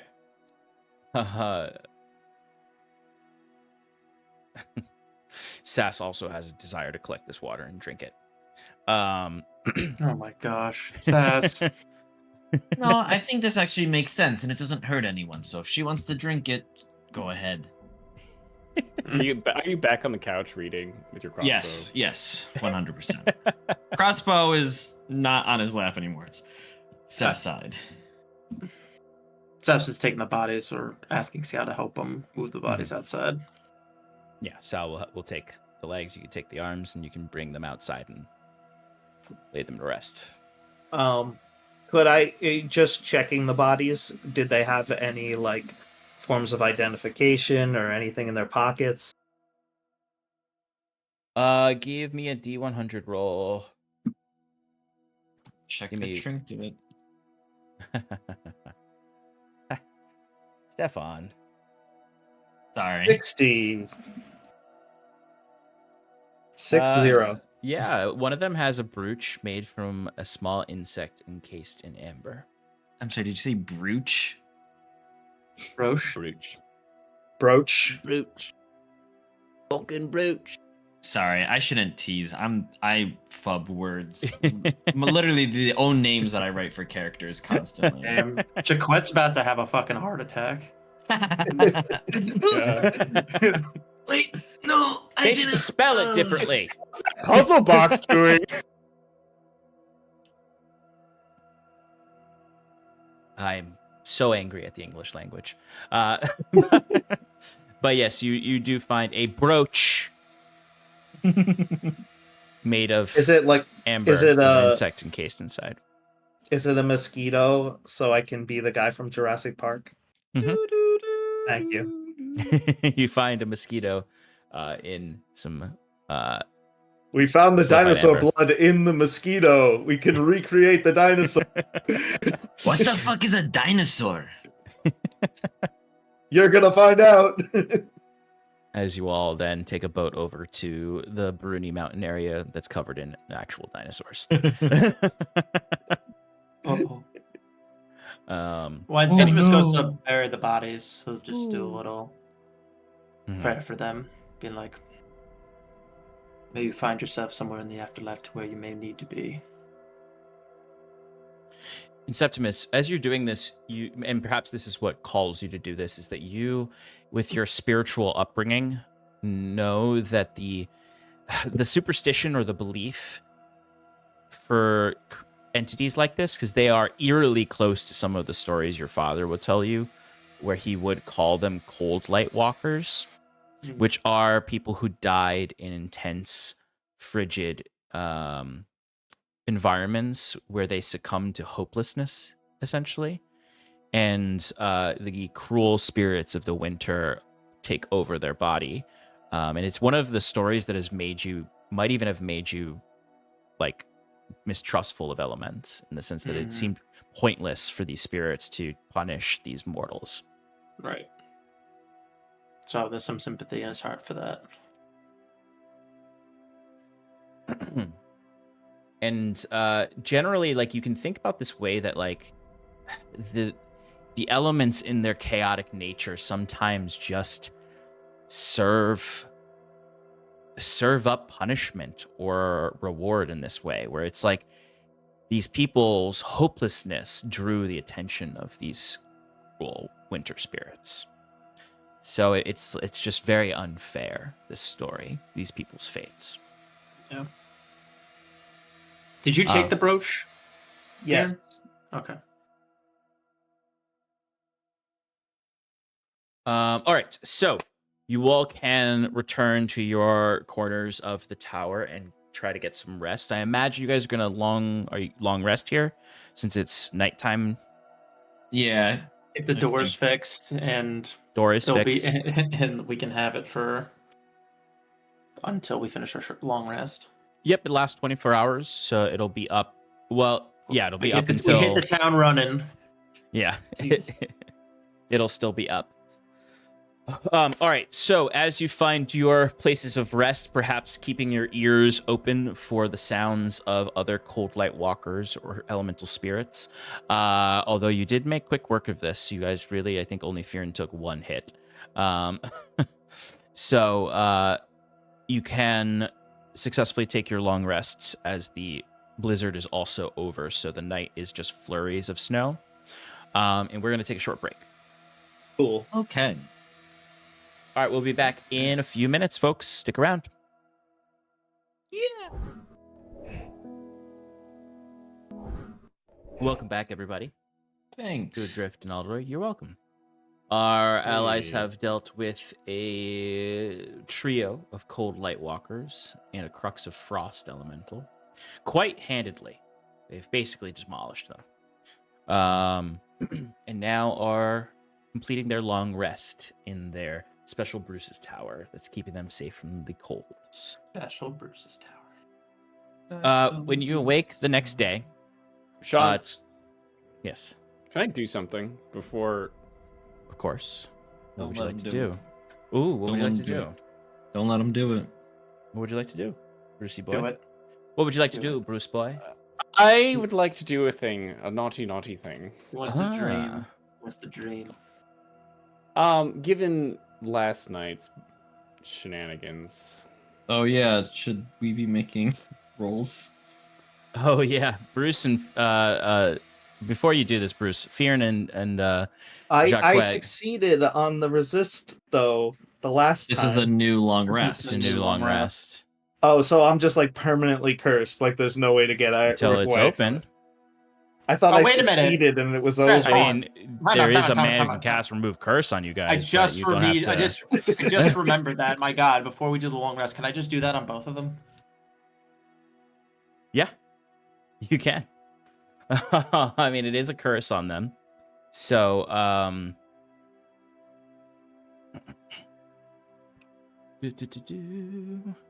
yeah, I would allow you to cast remove curse on them to heal them of Before- fear. Now, I will remind you, this thing exerted this effect. Yeah. It wasn't something that Well- happened because they touched it. And once there is no longer anyone cursed by it, it may try again to exert this. So something just to be aware of. Septimus doesn't know that. And Sure. he thinks that Bruce has it buried in, I don't know, his laundry hamper. I guess he technically does. So You start to I see would the cast- two of them starting to tweak a little bit. Yeah, I imagine Septimus is engrossed in just that, whatever thoughts that he has, thinking about those individuals that died, and is ready to kind of get ready and rest for bed. And she's just like, oh, wait a minute, these two are gonna go after the dang thing again. Bruce, Shaquette, may I have a moment of your time for a sec? yeah. What's up? I guess. What else are we Quick. supposed to fucking I'm sorry, do not in this Bruce. place? Fear, not Bruce. Sorry. Okay, I'll go back upstairs. Yeah, when he asked you Hi, this, like, Bruce. Jacquette and Fearn, you would have, like, started to feel, like, an itchiness in the back of your neck that feels familiar. I feel itchy. Well, hopefully I can Do help you have with this. cortisone? I do, actually. Oh, finally useful. Septimus will say some prayers, reach out and touch the both of them. Always with the what are you doing? Ew. Hold still. Unless you want to embarrass Quite yourself again like wiggles a little yesterday. bit. Or you can just embarrass yourself now. Being friends with you is a bit of an embarrassment. Kidding, kidding. Septimus pulls back his right hand. No. I was joking. It was funny, right? You know the joke? It looks around to everyone's disapproving scowls. You guys are no fun. Yeah, as he attempts to cast on each of them. You each feel a It's a little awkward because the effect hasn't happened this evening yet for you. So you just felt a little bit of that itchiness on your neck, and now you do feel a sense of calm, like you can go to bed knowing that there's not going to be a huge problem, but it doesn't feel like dramatically different. It's not like when someone uses Greater Restoration to remove like a really serious effect. You just feel a little weird. Huh. Like, if you, Septimus, if you really wanted to touch me, you should just let me know. Yeah. If you wanted a hug, we could have just asked, but yeah, you have successfully detached them from their curse to obsess over the lockbox. Cool. At least for now. At least for now. Yeah. Okay. Thanks, I guess. You both can go to bed without fear of being obsessed with the lockbox for the evening and taking massive amounts of psychic damage potentially. Nice. Now, Bruce, on the other hand, what are you doing?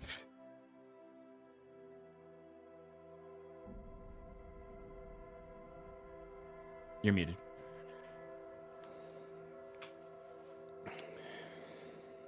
So, Bruce.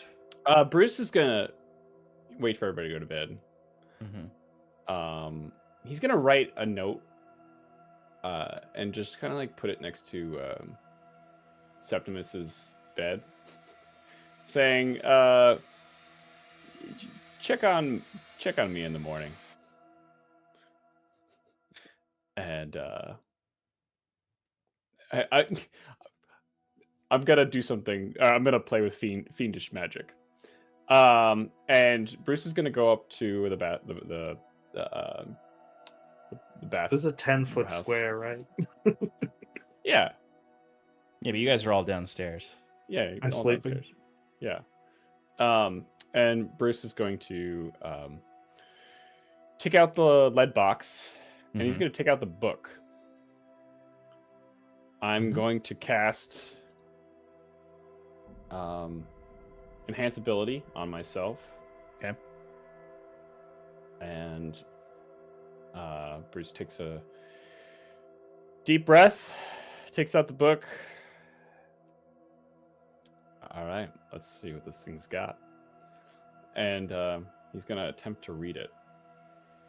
Okay, so you're reading the fiendish book. Yes. Okay. Do you speak Infernal or Abyssal? No, I do not. Okay. So, as you open the text, you start to notice the harsh script across the pages in the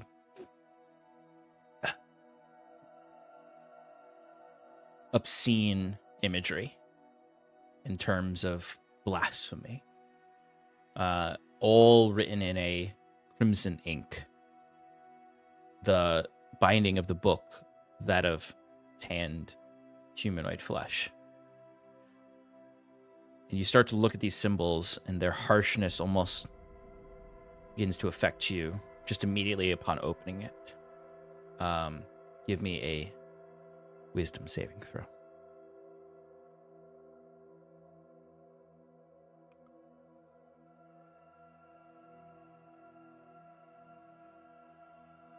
I can't hear. I think you're muted.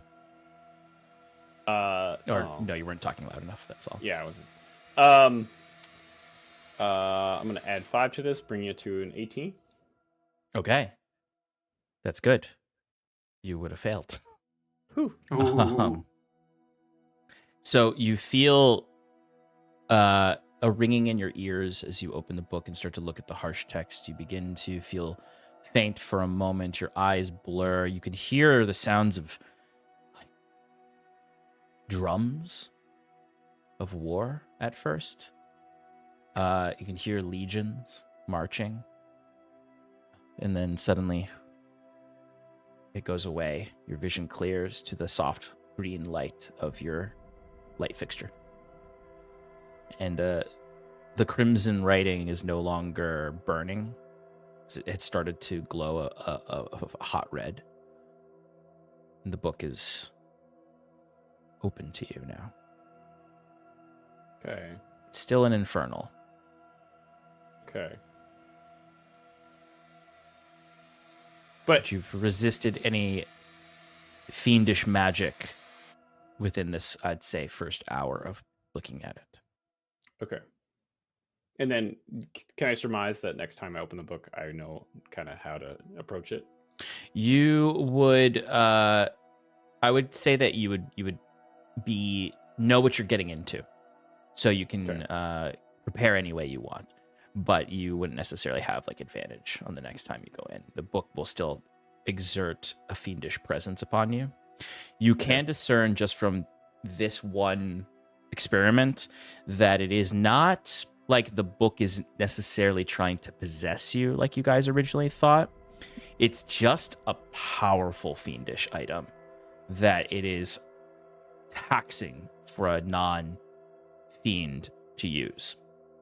Bjorn has fiendish blood, so his interactions with it are not as taxing, although it would also burden him over time. So okay. And can I surmise that? Like if like a fiend would have Yes, because the way that it affected you, you can tell was a power thing. It wasn't a like this book has a mind of its own. It's not like the lockbox, even the puzzle box. It's not like your experience with other mind altering effects. It is just a gravity of fiendish magic that is affecting you. And if you have anything fiendish about you that empowers you, there might be it might ease that burden. Got like it. even if a Okay. warlock had a fiendish patron, it might make this easier for them. I will also say that last time I looked at this book before I gave it to Bruce, I did hear a demon that said my name Mhm.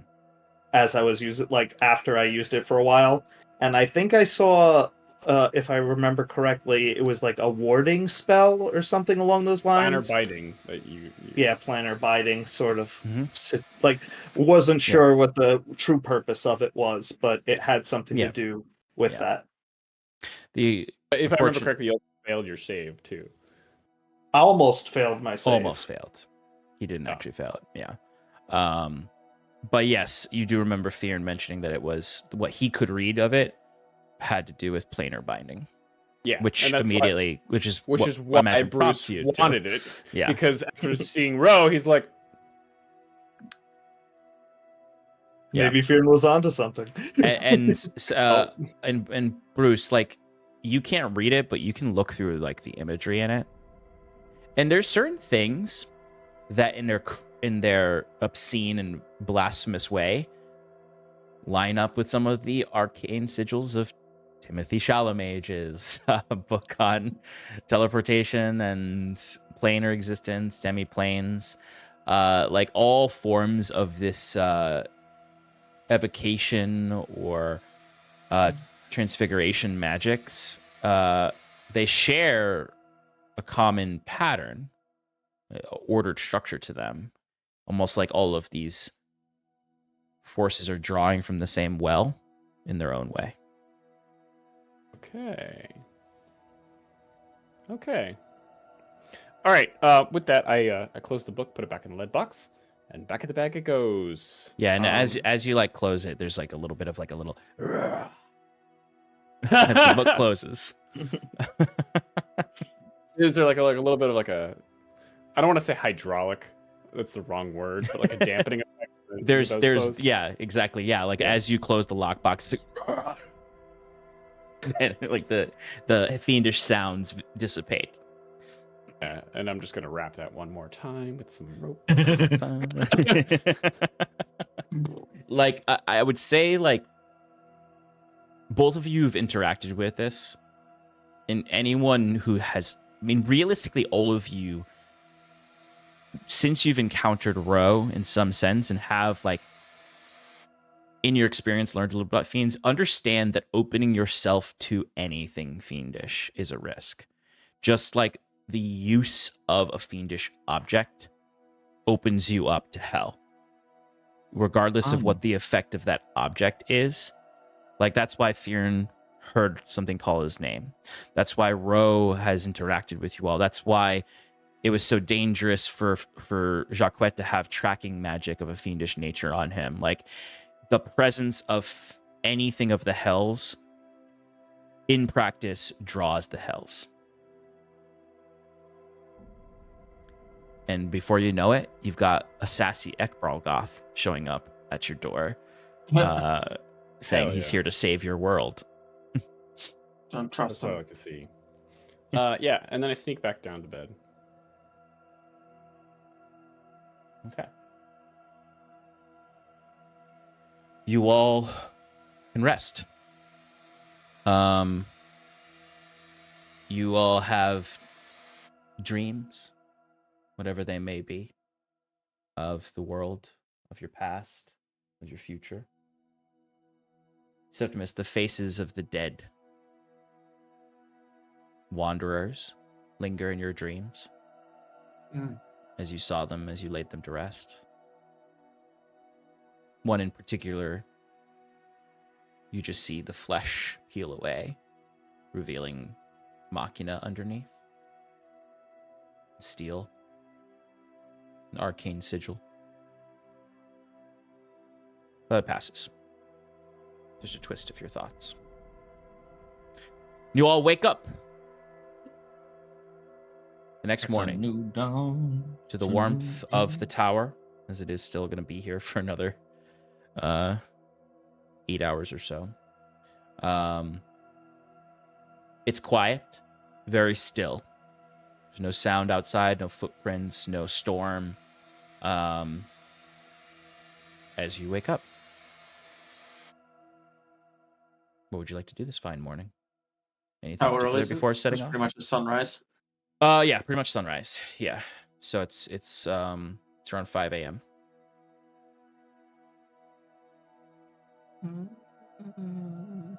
Did Fearn confirm that we shouldn't have any blizzards on our journey?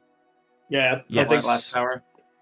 Fearn would wake up and do that, and let everybody know that this morning's clear. We should be able to make it to our destination. Well, you know what? Yep. Actually, real quick, let's Mm, do it scientifically. Can I get someone to roll me a d8? okay. I'll do it. 5. Is this the heat wave or the cool wave? Nope. All right, my friend Bruce, roll me 2 d4s and tell me what each individual 4 is. We got a 4 and a 2. Okay. And roll me another roll me 2 d20s.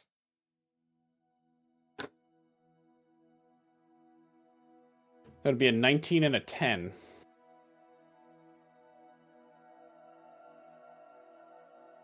All right, roll me another 2 d20s and tell me the first one and the second one. First one's a 1. Mm-hmm. And the second one's an 18. A 19? 18, sorry. 18. Okay. All right. Fearn, there will be another blizzard within 24 hours. Okay, was it on the later end or the earlier end? What does Druidcraft tell you? Predicts what the weather will be at your location for the next 24 hours. The effect might manifest as a golden orb, clear skies, cloud for rain, falling snowflakes for snow, and so on. This effect persists for 1 round. So it's gonna basically change based on the weather in that area for 24 hours. So 1 round means 1 second could be, an hour or something like that. I don't know. Yeah, no, I know what you're saying. It would be So less than a second, actually. It's less so that I'm going to be giving you a direct answer, and more you are looking at an orb that is vaguely the weather for this day. So for that, Bruce, can you remind me what your 2d4s were? There's a 4 and a 2. 4 and a 2. Okay. Okay, so Fearn, your orb starts off quite pleasant, just sort of bobbing there like a nice little frozen bubble almost. Still cold, but not wild, not raging. And as it goes throughout its 24-hour cycle, it then starts to and then calms and then expands out. The last one is like a truly horrific squall of energy. So what you can gauge from this is that it's going to be nice, then not so nice, then a little okay, and then really bad. Got it. That's your weatherman report on this fine morning of this day in the Gosu haunt. It's going to be okay, then bad, then better, then really bad. Yeah, we're gonna need some serious shelter later today. Probably late at night. But I suggest that now would be the best time for us to make tracks. It's gonna be much more difficult for us to travel long distances for the future. I see multiple storms today. You do know that Alright. you are fairly close to Sercanto, that you're probably not going to have to travel long today. Well, let's just get to this town and then we'll figure it out from there, yeah? Right. Yeah. Yeah, we Training should can hurry up. wait. Okay. I am going to ask for a survival check from someone for today. Someone can help them. You can do guidance, that kind of stuff. Just because of the change in the landscape with the 2 feet of snow that has fallen. I could do it. I will give guidance to that person if someone else wants to help him. I'll help. Good. Okay, so advantage. Advantage with an extra d4. Up. Yeah. Oh my god. Okay. Well, 14's higher with the D4. 17. 17. Okay.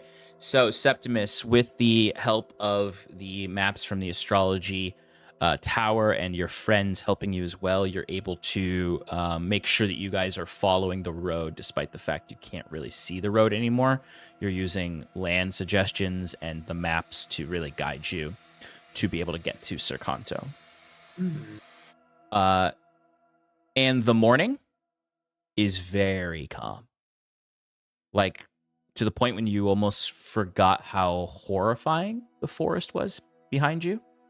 With the blood trees, the haunted monastery, the undead cold light walkers, the evil elemental spirits. You are kind of feel almost like you're in a normal place. There's not nearly as many clouds or mist. The sky is overcast and dim because we are still in the long dark. And it is bitterly cold, but you have that which you're wrapping around you. I'd say Sass and Fearn are starting to feel the cold a little bit more than they did when you first came here. And may feel the need to get a few extra layers of clothes before you go further north. But right now, very simple. You're walking, the crunch of the snow beneath your feet, that silence of winter where there's no bugs, no shrieks in the sky, no shamblers on the sides of the road. The trees are beginning to look normal even. There's no blood. There's no flesh hanging from them. You now feel as though you're just in a cold northern territory. Now, some of you who are a little bit more intuitive might be thinking about the fact that all of those zombies that were shambling around might be under the snow now. But for right now, it's actually kind of peaceful.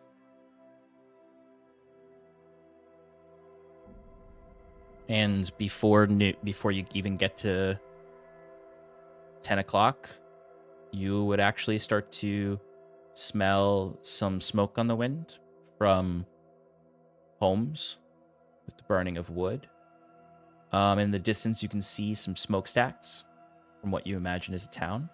The first thing of Sercanto you would see is a tall stone tower that shoots up about 100 feet from a tall jutting rock that is itself 100 feet up.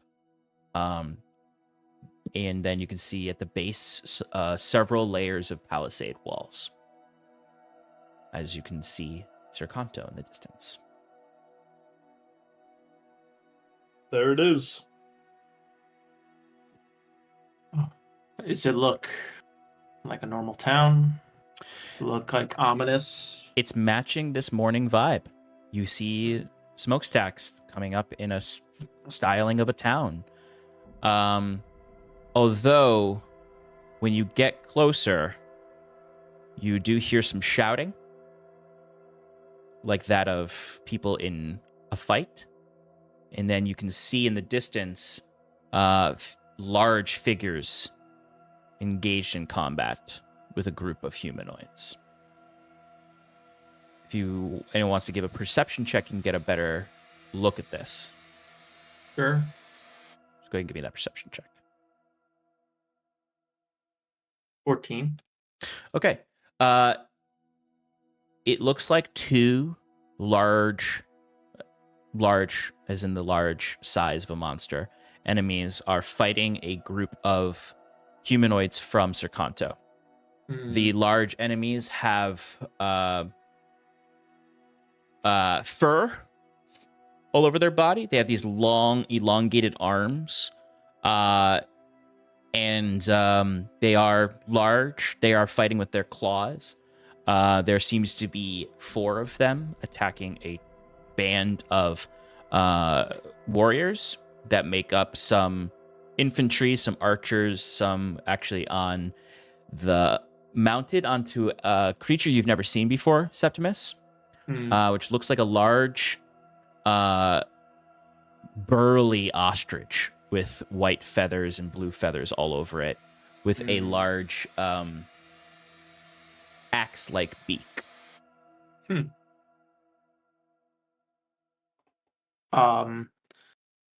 Seeing that in the distance.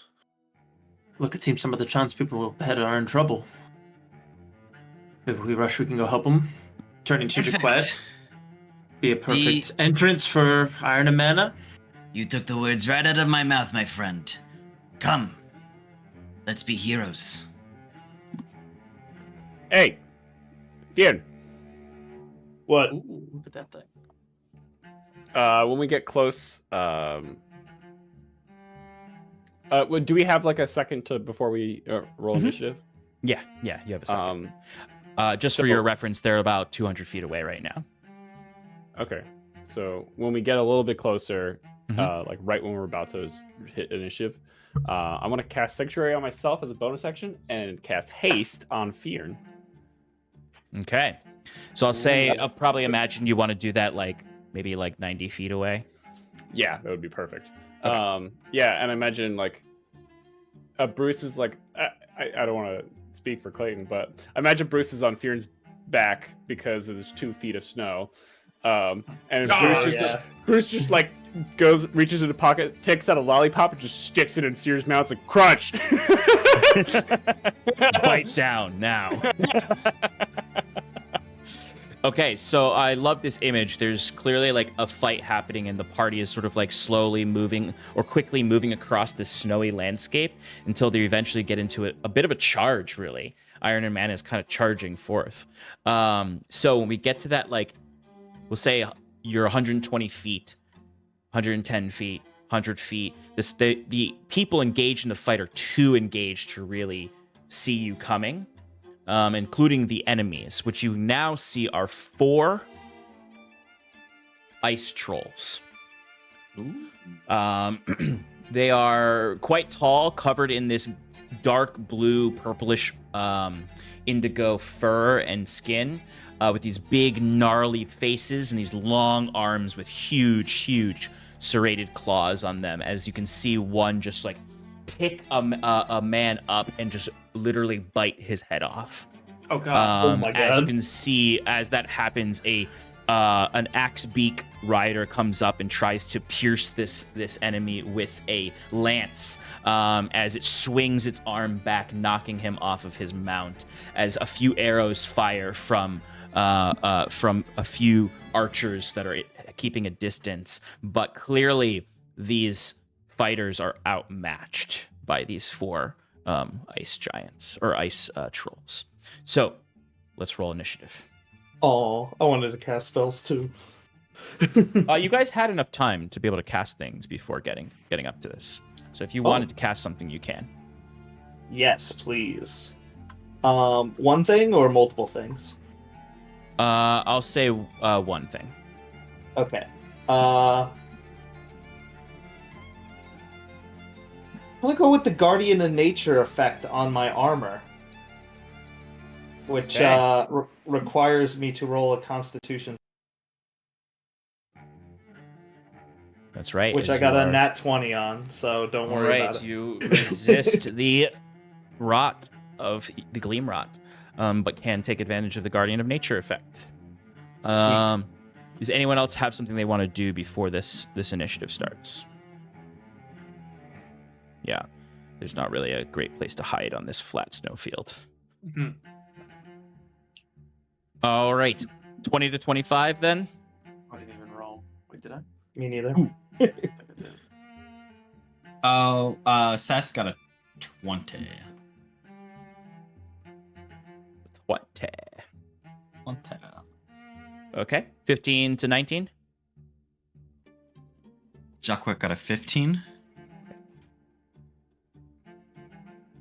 10 to 14. 12. 11.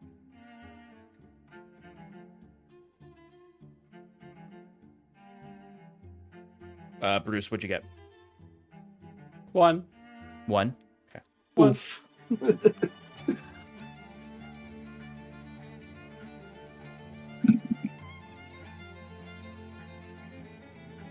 Okay, so as you're running up, you can hear the cries of these soldiers, or as close as you can tell, soldiers. As you could just see, you can clearly see there is another Axebeak rider who has more armor than the rest, and who does have this sort of orange cloak over his shoulders that looks a little bit more formal, like this might be the person in charge of this unit. But you are, at this moment, 90 feet away from the fight, or the closest ice troll, really. Saskia is up first, with Jacques on deck, then Septimus, then Fiern, ice trolls and humanoids, and then Bruce. Okay. Saskia is going to... You know what she's gonna do? What's she She's gonna do? target one of the trolls, and then she's gonna cast a bunch of Eldritch Blasts. Please. So, 23, 25, and 27. All hit. She's gonna target. You said one just ate a guy. Yep. She's gonna target that one, and she's gonna say something like, "Hey, don't do that." Hey, that was mean. Yeah, we don't like meanies. That man had a family. Yeah, literally. You don't this know thing that. You don't bit know the that. guy's head off and threw the corpse on the He ground. was born. He had dreams. He had parents. You don't know that. He could have been immaculately conceived out of nothing. It's DnD. 32 wing. force damage. He had a family. You said 32. Correct. Okay. And then as a bonus action, she's gonna do it again for a 28, a 22, and a 26. It's all hit. For an additional 31 points of force damage. Damn. Sass has become too powerful. Yep. All that water she's drinking. As she's gonna also move her movement speed 30 feet forward to try to draw these guys off. Okay, Sass has moved up 30 feet and fired off 6 Eldritch Blasts at this ice troll. She's certainly gotten this ice troll's attention. Mm-hmm. All right, Jackie, you're up with Septimus on deck. All right. How damaged does this troll look? It's bloodied. Okay. Or close to bloodied, I'd say. Okay, Jacquet is going to target. He's going to steady aim, and he's going to target one of the other trolls. We'll say like one that's most engaged with townsfolk. Yep. So there's the one to the left of this troll is engaged with 3 fighters right now. It has the most fighters surrounding it. Okay. Ooh, actually, I only have 80 range on the crossbow. So you do have to move, but it is engaged, so you don't have to steady aim. You just won't have advantage. Okay, so yeah, so Jacquet will move 30 feet up to attack this guy. Okay. 20 to hit. That'll hit. So I'm going to forego 1d6 to poison it. So I need a con DC 16 saving throw from the troll. Okay, it definitely succeeds. Okay. But that's still going to be rough damage. 17 Magical piercing. Yes, thank you. Okay, so I love this. I just really like the imagery of this flat snowfield with you all kind of rushing up and attacking. There's something visceral about it. Even though it is cloudy out, there's still kind of rays of sunlight coming through. Almost like the light of Pescos has kind of affected the region a little bit in addition. Don't you dare. Mr. Lore Junkie. Anyway. Anything else, Jacquet? No, so just to clarify, Jacquet only moved 10 feet up. So you didn't do 30 feet all the way up. Correct. Okay, cool. Correct. All right, cool. Let me just redo that. Okay. All right, Septimus, you're up. The closest 2 trolls are 90 feet away. The other 2 trolls are 100 feet away. I will run and use my movement speed. Full speed, 30 feet up? Yes.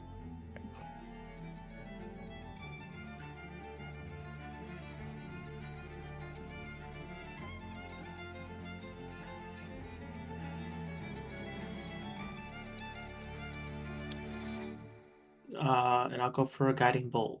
Hopefully you can roll good this time. Okay, do you want to attack the one that Sass attacked or the one that Jacquet attacked or one of the undamaged ones? Whichever one's being attacked by the most villagers.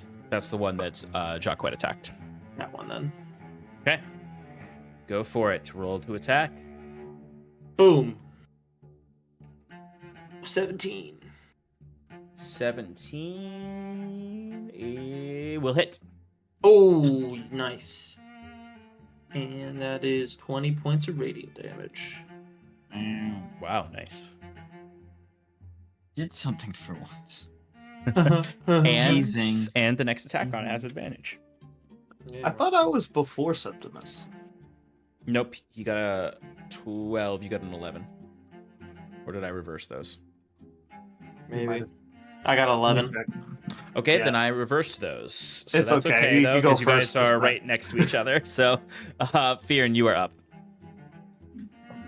Like I said, the closest one is 90 feet away.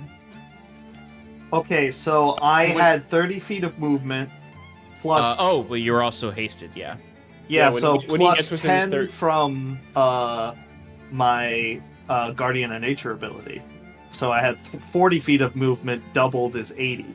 Nice. When he gets within 30 feet of the enemy, I would like to hop off his back. I'll allow it. Cool. I'm just gonna say you have to use your reaction to do that. All right. Just Sounds because technically the enemies are before you get to go. Yeah, you're right. Okay. Don't do that. All right. So I Fearin, you're can going up drop 80 an feet. item as a free action. He's an item, right? No, Bruce is a creature, not an object. All right. So Fearin, you're going up 80 feet, and And when he's within 30 feet, you're dropping off, right? Bruce. Sir. All right, so Bruce, you moved up 60 feet then. Are there any trolls that are like close to each other where I can get into the attack range of 2 of them? No, because you technically the 2 that are engaged, the 90 feet away, they're not within 5 feet of each other. You would only be able to get within attacking range of one of them, but you would only be like 5 or 10 feet away from the other one. 10 feet away from the other one. So not where you can like attack both of them with a cleave. I think that's what you're going for. Yeah, that was essentially the idea. In that case, I will use a bonus action to Misty Step to make the rest of the distance. Okay. Do you want to Misty Step to the one engaged with 3 villagers or the one engaged with 2 villagers? I'm assuming the one that's engaged with 3 is the one that was already hit. Both of them were already hit. Saskia really injured the one against 2. Okay, I'll go for the one that has 2, and I want to Misty Step, since I have like a little bit of extra, I want to Misty Step in front of the villagers. So that way, the basically, I'm defending them, basically. Yeah, you can Misty Step between them. Okay, so Fear, you appear with your great maul there as these 2 villagers have their like spears and small shields as they're trying to fight off this creature. Cool. All right, you have your action still, and your extra attack or your extra action. Yeah, I'm gonna go all out on this guy, I think. Okay, 4 attacks. Well, I get it. No, isn't it? Haste only extra? gives you 1 attack. Hasted extra action only gives 1 attack. It doesn't give multi-attack. Okay. I have advantage because of the Guardian of Nature thing. Wait, no, I have the. Do I have advantage? Yes, I do. Okay. It is Guardian of Nature. First attack, 18 to hit. Yeah, melee attack. It gives advantage on strength-based attacks. What was it? 18 to hit. 18 will hit. Sweet.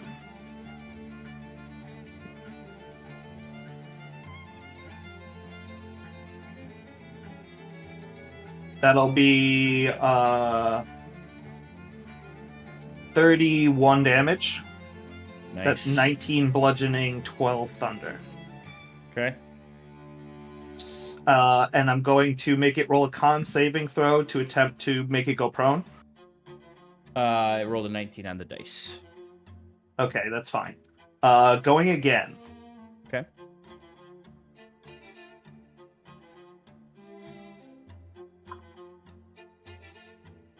Nat 20. Nice. Haha, nice. Okay. How do you want to kill this thing? You absolutely Oh shit. will with the nat 20 max dice, you'll kill this thing. Well, I mean, Sass dealt 63 damage to it, and then you just dealt 31 damage to it. Amazing. I jump in front of these guys. Mhm. I see that it's like swinging down at them, and I kind of just like parry the its maul or whatever it's using as a weapon. It has claws. This is the one that literally just grabbed a man and bit its head off. Oh shit. Okay. So I parry one of its claws and Mhm. like hit its arm away, and then with my second attack, I grab its offhand and I stab it with its own claw. Nice. As this thing starts to convulse because it didn't get a chance to do any regeneration before you killed it. And you'd see like it rapidly starts to like deteriorate, where it's not like turning to like gunk, but it's like rapidly rotting as it falls to the ground, twitching as the rapid mutation of a troll as it's starting to try to regenerate, but you dealt too much damage to it and it dies. Okay, I still have 10 feet of movement, so can I go and attack the other one? Yes, you may. Go and Sweet. attack the other one. Third attack. Mm-hmm.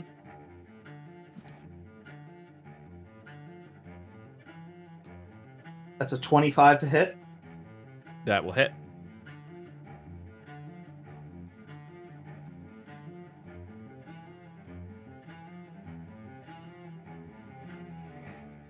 I'm gonna re-roll the damage on that one to see if I could do better. The enemies are up next, then Bruce, you're on deck. Brucey.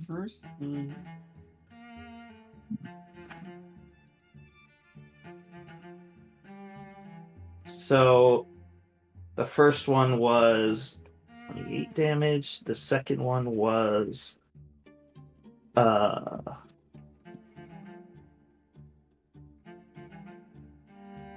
29 damage. Okay, so it's 29 damage, 16 bludgeoning, and 13 thunder. Okay. And that was my third attack, so You have now I'm one on more. my fourth attack for haste.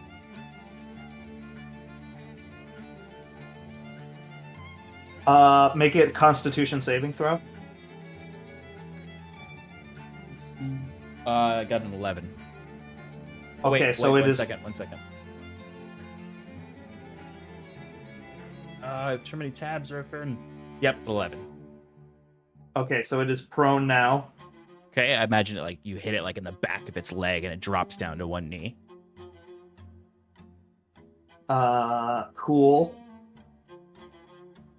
And I got a 16 to hit on my last attack. 16 to hit, Yes. just hits. Sweet.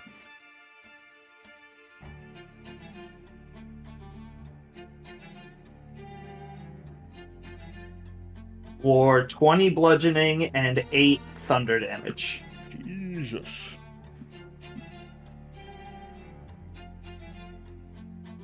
Okay. That's and literally then- everything you can do, other than I guess you can Oh. sap it or something. Are you sure? What do Because you- I have action search. Jesus. Okay. Yeah, you can action search if you'd like. Yes, please. So I get 3 more attacks. Yeah. Sorry. Here we go again, folks.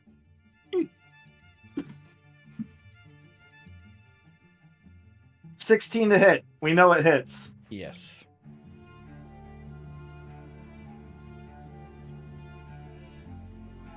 Oh my god. 19 bludgeoning.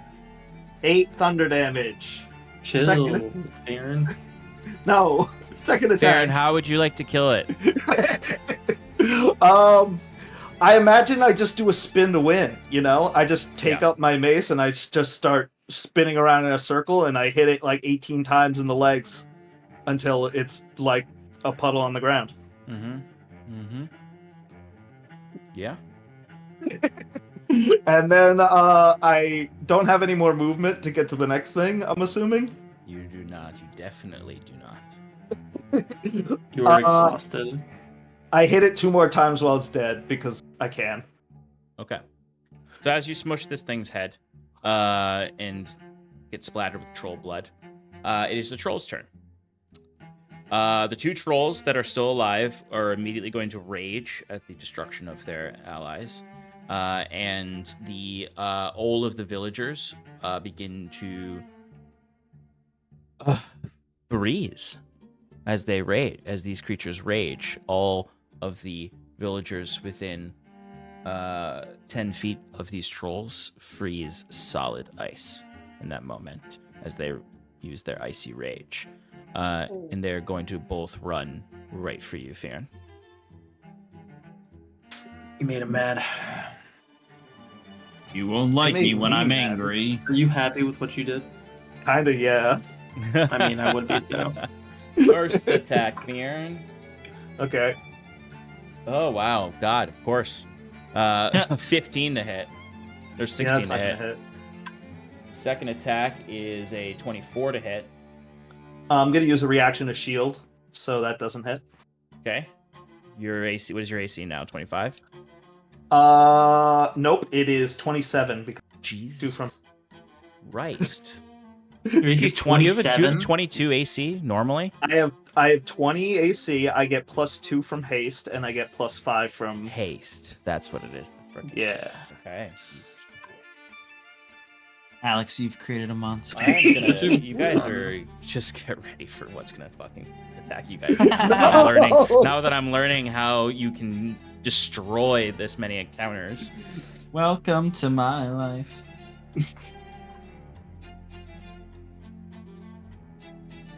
This is my only thing, Sean. The only thing I'm good at. You have a 27 AC right now. Please stop speaking to me. And I can't seem to roll higher than a 3.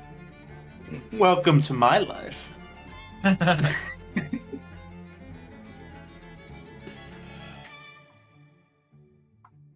Yeah, great. These ice trolls can't hit you. Nice. Even with their icy rage. Okay, that's it. That's their turn.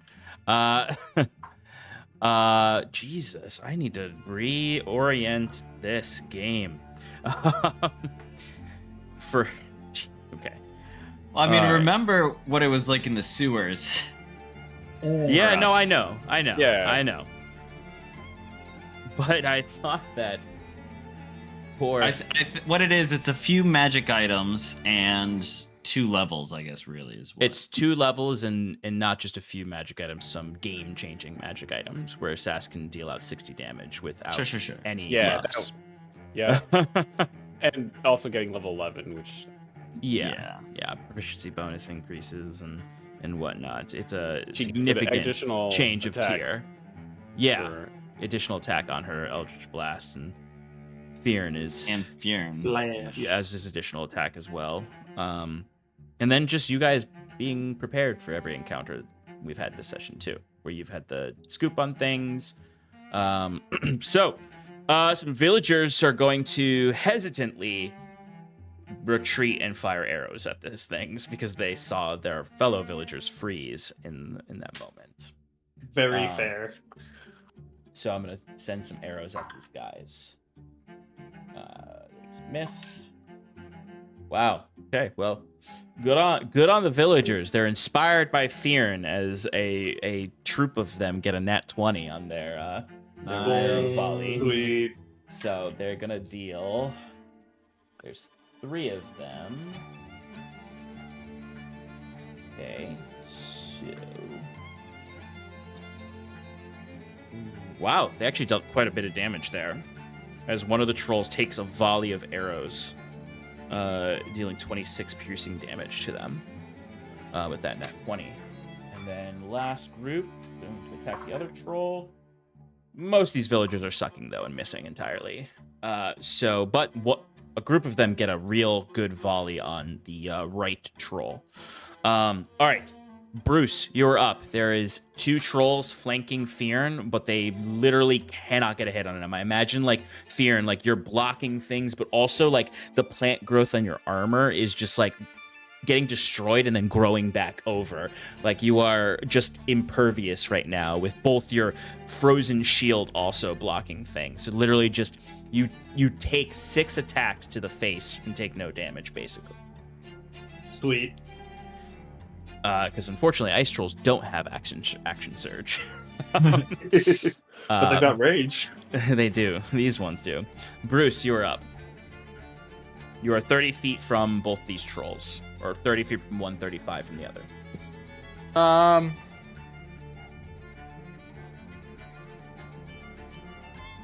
don't know what their movement speed is, but I don't know. I guess I should just do something to them, right? Or I could just blink, Good blink. I could blink. I could always Sass is on deck, then Jacques. All right. Mhm. I'm gonna blink. Blink, bottle ink. I probably shouldn't. No, I should just fucking attack. That's what I should do. Yeah, the Where's my new and sanctuary, improved though? Bruce. I'll use my Brave okay. Bruce. No, actually, no. I need to do this. Okay, I have to first use an action to get Sorcerer's Burst. So that's my action, and that's wasted. And then, as a bonus action, I just kind of cry a little bit. Cheer Fearon on as he just killed 2 trolls and he's taking out 2 more. He's like, I imagine- Bruce is like outfitting his all-purpose tool to his new like cantrip. He's like around his hand. I love that image of Bruce turning his what at one point you all looked at as like basically like a Leatherman, where it's just sort of like you can pull out things. Now he's just like pressing a button, moving things like it's a Transformers toy until it's a gun, basically. Makes me think of that meme where it's the astronaut gets off of the ship and holds a gun, grabs a gun and goes, "Moon's haunted." But it's Bruce with this gun that he's making. Yeah. All right. And that's Excellent, it. Bruce. You get yourself ready to shoot trolls.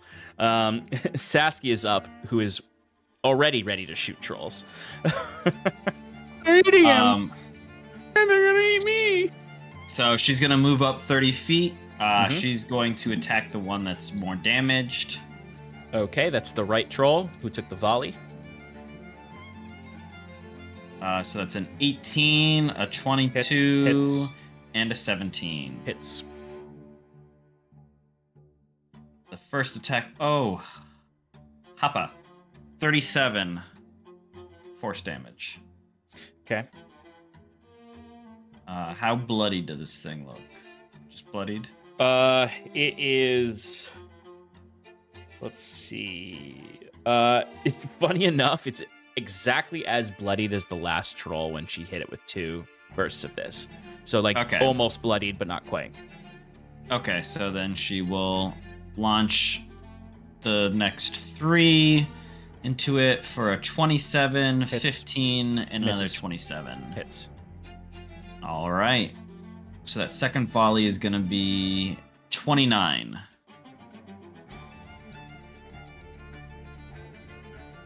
Okay.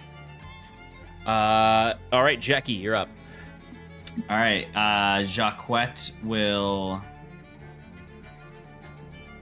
I guess he'll steady aim and then fire at this weakened one. Yep. Oh, gross. For a 16 to hit. Just hits. It's just these beams of like greenish watery magic firing across with volleys of bolts flying across and a guiding bolt from Septimus as there's just this like line of fire happening at these while Fearn is just smashing and bashing and Bruce is getting his shotgun ready essentially in closer range as Iron Man is showing up. We're showing up. 22 magical piercing. There's something about you, Jacquette, that leaves them at very little HP every time. like just like All right. a few digits. But it is still Well, up. Someone else can take care of it. Brings us to Bjorn already. Oh, Take care of it, buddy. you want Septimus to on just deck. call it here?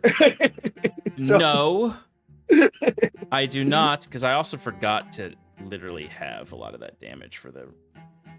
Oh no, it was force damage. Yeah. Also, they weren't raging yet when I was attacking No, I them? meant for the other people, not for you. Okay. Yeah. Okay. I'm going to So it attack has the a little more closest health. Yeti. I'm gonna start doing math while you're doing math. Okay, go for it. Really, just Jacquette's damage that was affected by the rage. 28 to hit. Almost got the crit.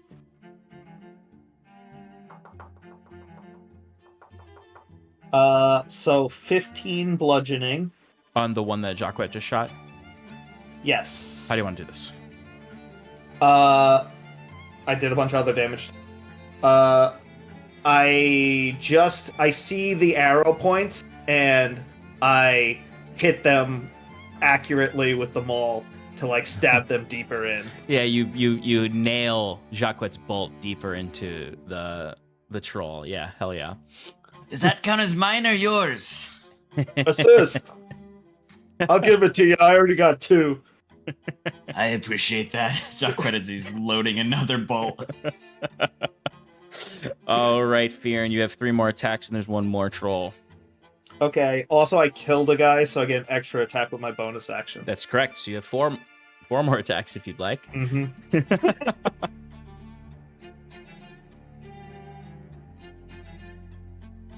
First attack. 22 to hit. That'll hit. 20 bludgeoning damage. Okay. 8 thunder damage and 4 force damage.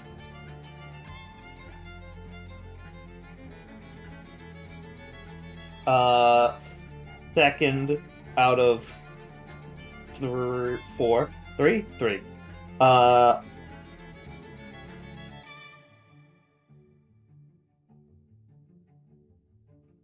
That's definitely going to hit. 18, 27. 13 bludgeoning damage. 10 thunder damage. 2 force damage. Okay. Final attack.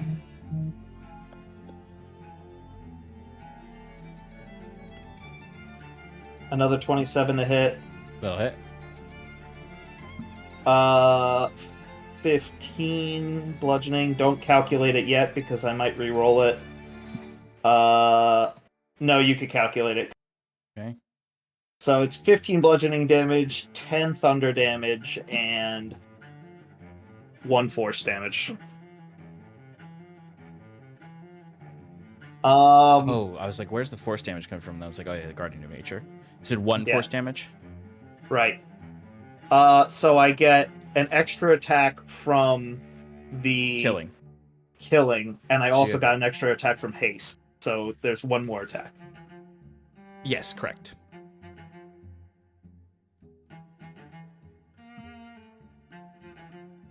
$25 to hit.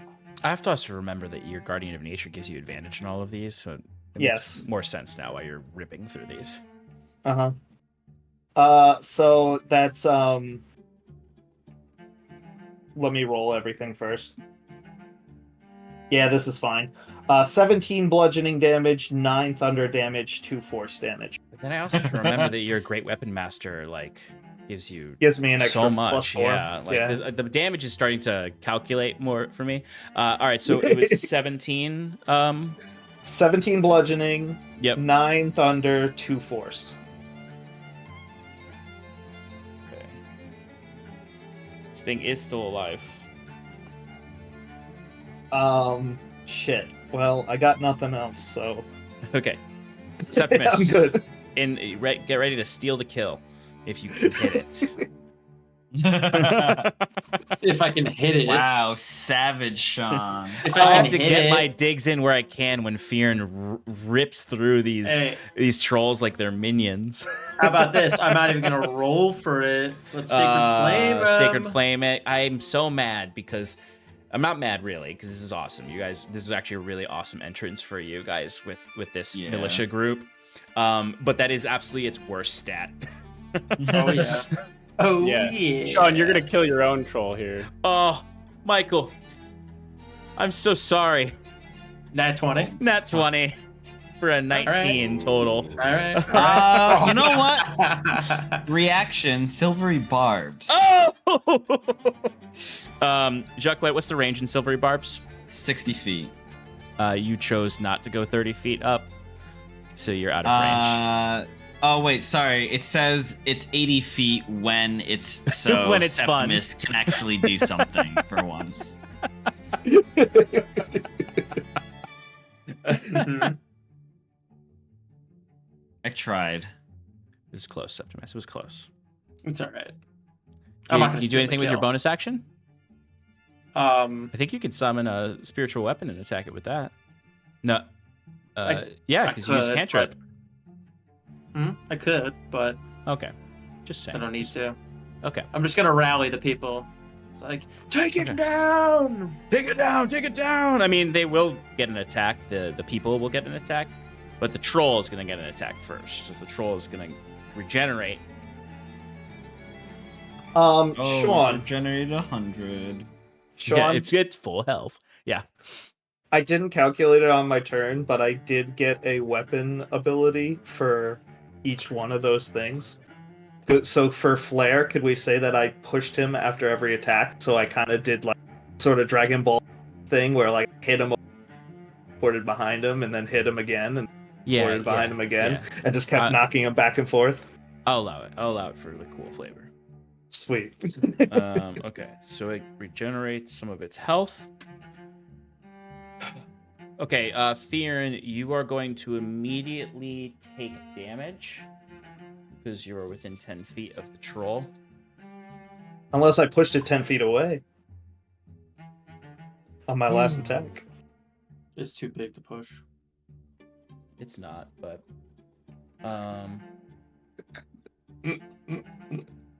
I'm just gonna tell you to take 5 cold damage. Fair. Because it's not gonna Fuck you, affect take 5 anything. damage. I'll take it. Okay, and now it's gonna desperately try because it's like if I run away, I'm gonna get killed no matter what. The only thing it can do is fight. It's backed into a corner.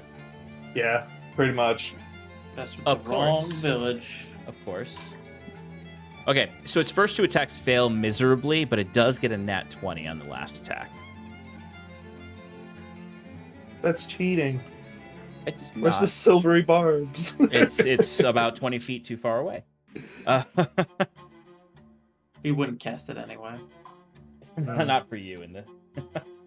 All right.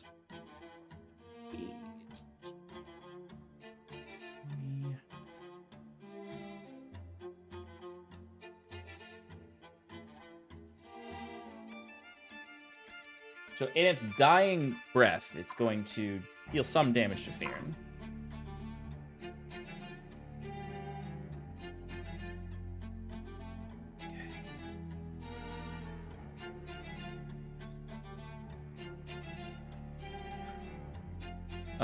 Okay, Theron, you are going to take 25 slashing damage and 26 cold damage. Is this its first attack? No, it's its third attack. Its first 2 attacks Okay. missed you. Okay, can I use absorb elements to have the Cold damage, yes. cold damage? Yes, that is what I will do. Yep, you could do that, so you'll take 12 cold damage instead of 25. Thank you. But that's the end of its turn. Bruce, would you like to blow its head off?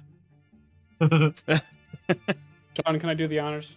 Yes. I mean, I will say it did regenerate some of its health, but the last time you used this, you dealt a lot of damage. That doesn't necessarily mean that I'm going to. I know. But we can Like, dream. you do have to hit first, yeah. We can try. Yes. This is an important step in the process. Don't be like Oh, me. 16! Oh, wait, it's a 16? Yeah. Just hits. Woo! Because I only saw the D20. I thought your modifier was going to be in it, but so I was like, no, Yeah. Bruce. But no, that just hits. That just hits. All right. We're dealing fire damage? What do we think? I get to decide right here. Yeah. I mean, it's a Probably troll. fire Fire damage. damage is always a good bet with trolls. Ooh! 1 blow up. Dang. Just one, Sean. Don't worry. We're looking at a 22. How you want to do this, Bruce? Oh! All right. Bruce is gonna look over at Saskia and be like, "Check." And I'm gonna unload on at the troll's like kneecap. Yeah. And one and then the other, and then I'm gonna let Theron just like uppercut it with his maul. Yeah. I'll say this is all kind of like happening at the same time, where you fire off at its first kneecap, and then it drops down and it gets off that nat 20 on Theron, where its claws like dig in underneath into his like armpit under the plates of his armor, and like almost start to lift him up as you then shoot his second knee, and it drops down just in time for Theron to then crush its head with his maul as the last ice troll twitches in that way they die. They die like spiders, almost the way they twitch until they reach their death pose. As they all start to rapidly rot there. As the villagers who were frozen are unfrozen. There was only a few deaths. Some of them unfreeze and are dead when they unfreeze. One definitely dead with his head bitten off. But you can see kind of rounding around with his lance comes the captain that I mentioned earlier, the militia captain, who was wearing the orange cloak, riding on the axe beak as he sort of reels up and it kind of lands down, and he looks. He goes, "Who might you be in our hour of need?" Iron and Mana, come to serve. We're Iron and Mana! Jacquet says as he's running up behind. And the axe beak is doing that thing that mounts do where the rider has to like switch heads. Yeah. As it's moving back and forth as he just sort of. Fear plunges his maul into the snow and twists it around to like clean it off in the snow pile. And I kind of like leaves like a paintbrush in the snow. Ooh. And then I slap it back on my shoulder. Bruce is like swimming in the snow, trying to get to where he Big needs to. steps, Everybody. like, I mean, the snow's like up here on him. He's like. And Jacquet gets up to Fear and like puts a hand on him as he's like, "Okay, I'm here. We're Iron and Mana, here from Hyven, to free this land from the curses that avail it." Wait, I thought we were here to find. Never mind. And as he kind of like holds this, he places the lance on his shoulder and kind of looks to you all with this huge smile on his face. He's clearly a half elf. He has very small pointed ears, scruff all along his face with this honestly almost like a mullet growing back. Like the top is a little shorter as the hair kind of weaves back into these braids, as he's the only one amongst these people who has any semblance of like quality armor, as he has half plate on with this lance. Clearly like probably the only real soldier in town, with this small militia. As he kind of rides and stops finally and looks to you all and says, "Fortuitous, I imagine that you must be responsible for the light that came from the east." Are you able to escape from here? Aye. But yes. That's why we've At least formed it's this been militia. To try to return the Stormbreaker landing. But you've come from there. Well, let's make haste to the city. See what we can do to help our saviors.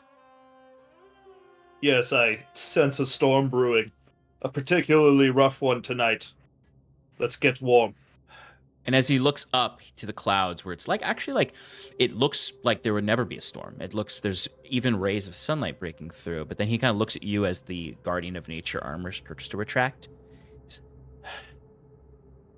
Boss. And you just hear this like trampling sound from the distance as there's just this like huge herd of reindeer running across the icy plain, clearly in fear of something. It's looking to be a blackout tonight. I doubt you saw this in the east. There are worse horrors in the north than the undead. Come. Gather the dead. Harvest the hearts. As you can see, several villagers almost rote, like they've done this a million times, and begin to move the sludge of the ice trolls away, and they all lift up these frozen hearts. I thought they were getting the hearts of the villagers that died. Yeah, that's what I thought as also. No. Right. They say gather the dead, harvest the hearts. I get why you would think that. Harvest the hearts. Harvest the hearts.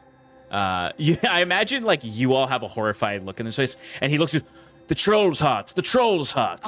Oh, of course. Sure. You can make protection from cold potions from them. Well, I'm Captain Leon Ferenz. Welcome to the Sercanto Valley, the last vestige of the Gosu civilization. And he turns the axe beak around and starts to slowly walk, head towards Sercanto. As these villagers, like I said, like go into like routine. Like while this was a hardy skirmish, the harvesting of whatever they can find is common. As you can see, some of them taking strips of the troll's flesh and wrapping it in cloth. He only told them to gather the hearts, but these villagers are gathering whatever they can from these trolls' bodies. Mm-hmm. They're taking fangs, they're taking claws, anything that's not rotting to ooze, they take off of these trolls' bodies. They immediately take all tools off of the bodies of their comrades as they then lift their bodies up and carry them. They take their cloaks off their backs. They leave their winter clothes on, but anything they can take off of them, they gather. They suck their water out of their bodies. They give their moisture. Yeah, these are. Yep, they just switch the sand for snow. But Leon, Captain Leon, beckons you to follow him towards the city. And I say city. Sercanto is not as big as Stormbreaker Landing. Stormbreaker Landing obviously was depleted of all of its people, but this is a large township, really, that has become the de facto capital of the Gosu Haunt. And it is from this vantage point, you can see clearly, originally, this was just a tower outpost that then has had palisade after palisade after palisade built to create almost like a labyrinth of settlements. And the most exterior palisade really is almost like incomplete. There's no gatehouse built yet. It just has like these camps. Like clearly refugees just kept coming here and they kept building homes out of scrap and then slowly building palisades around their homes. So there's the core fort and then several concentric, not perfectly symmetrical palisade walls built around it. If I remember correctly, when we were at Hyven, I thought Sercanto was like there was like an ancient capital in these lands. Samalto is the ancient capital. Okay. Sercanto Samalto is the ancient capital. Sercanto is the de facto capital, even before the undead plague, because it's the most central in the southern Sercanto Valley. You would all start to have learned some of this from the documents you got from Estos. But essentially, Sercanto is nestled at the center of the Sercanto Valley, which is fed by the Eldkron River that you're aware of, that comes from the fjords in the Ainso Plateau, which are formed by what is called the Arakan Glacier, which is this massive glacier that is in the basically center of the total lands of the Gosu Haunt. And you would be able to have literally looked at this on the maps that you gathered from Estos. Stormbreaker Landing is the main port on one side of the island. On the opposite side of the mountains, there was another anchorage called Crescent Rock Anchorage. And the lands south of the Eldkron River were called the Green Neck because it was the only arable land in the Gosu Haunt due to it not being affected by the magical winter of the area. Samalto is north of here in the frozen Palto Alps, just south of the glacier territory in the Ainso Plateau. So you have some headings based on the maps that you have. Okay. There's also the Aldhalor Mountain, which is the volcano that you assume was in Sass's scry of your brother. that would have been marked on the map as a active volcano. And that's also more north from our More current north, location, yes. right? Yes, that is further north than Samalto even. Is it in the ice fields? Yes.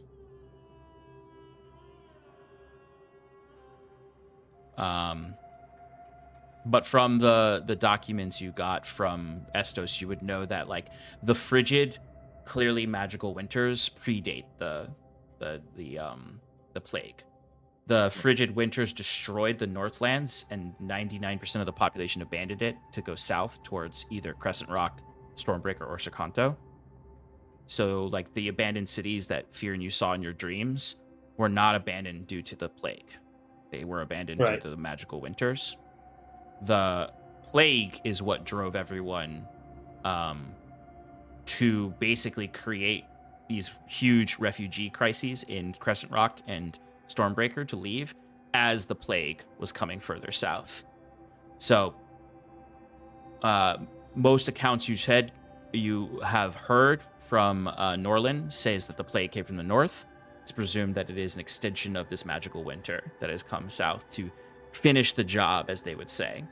Many of the locals of the Gosu Haunt would have said.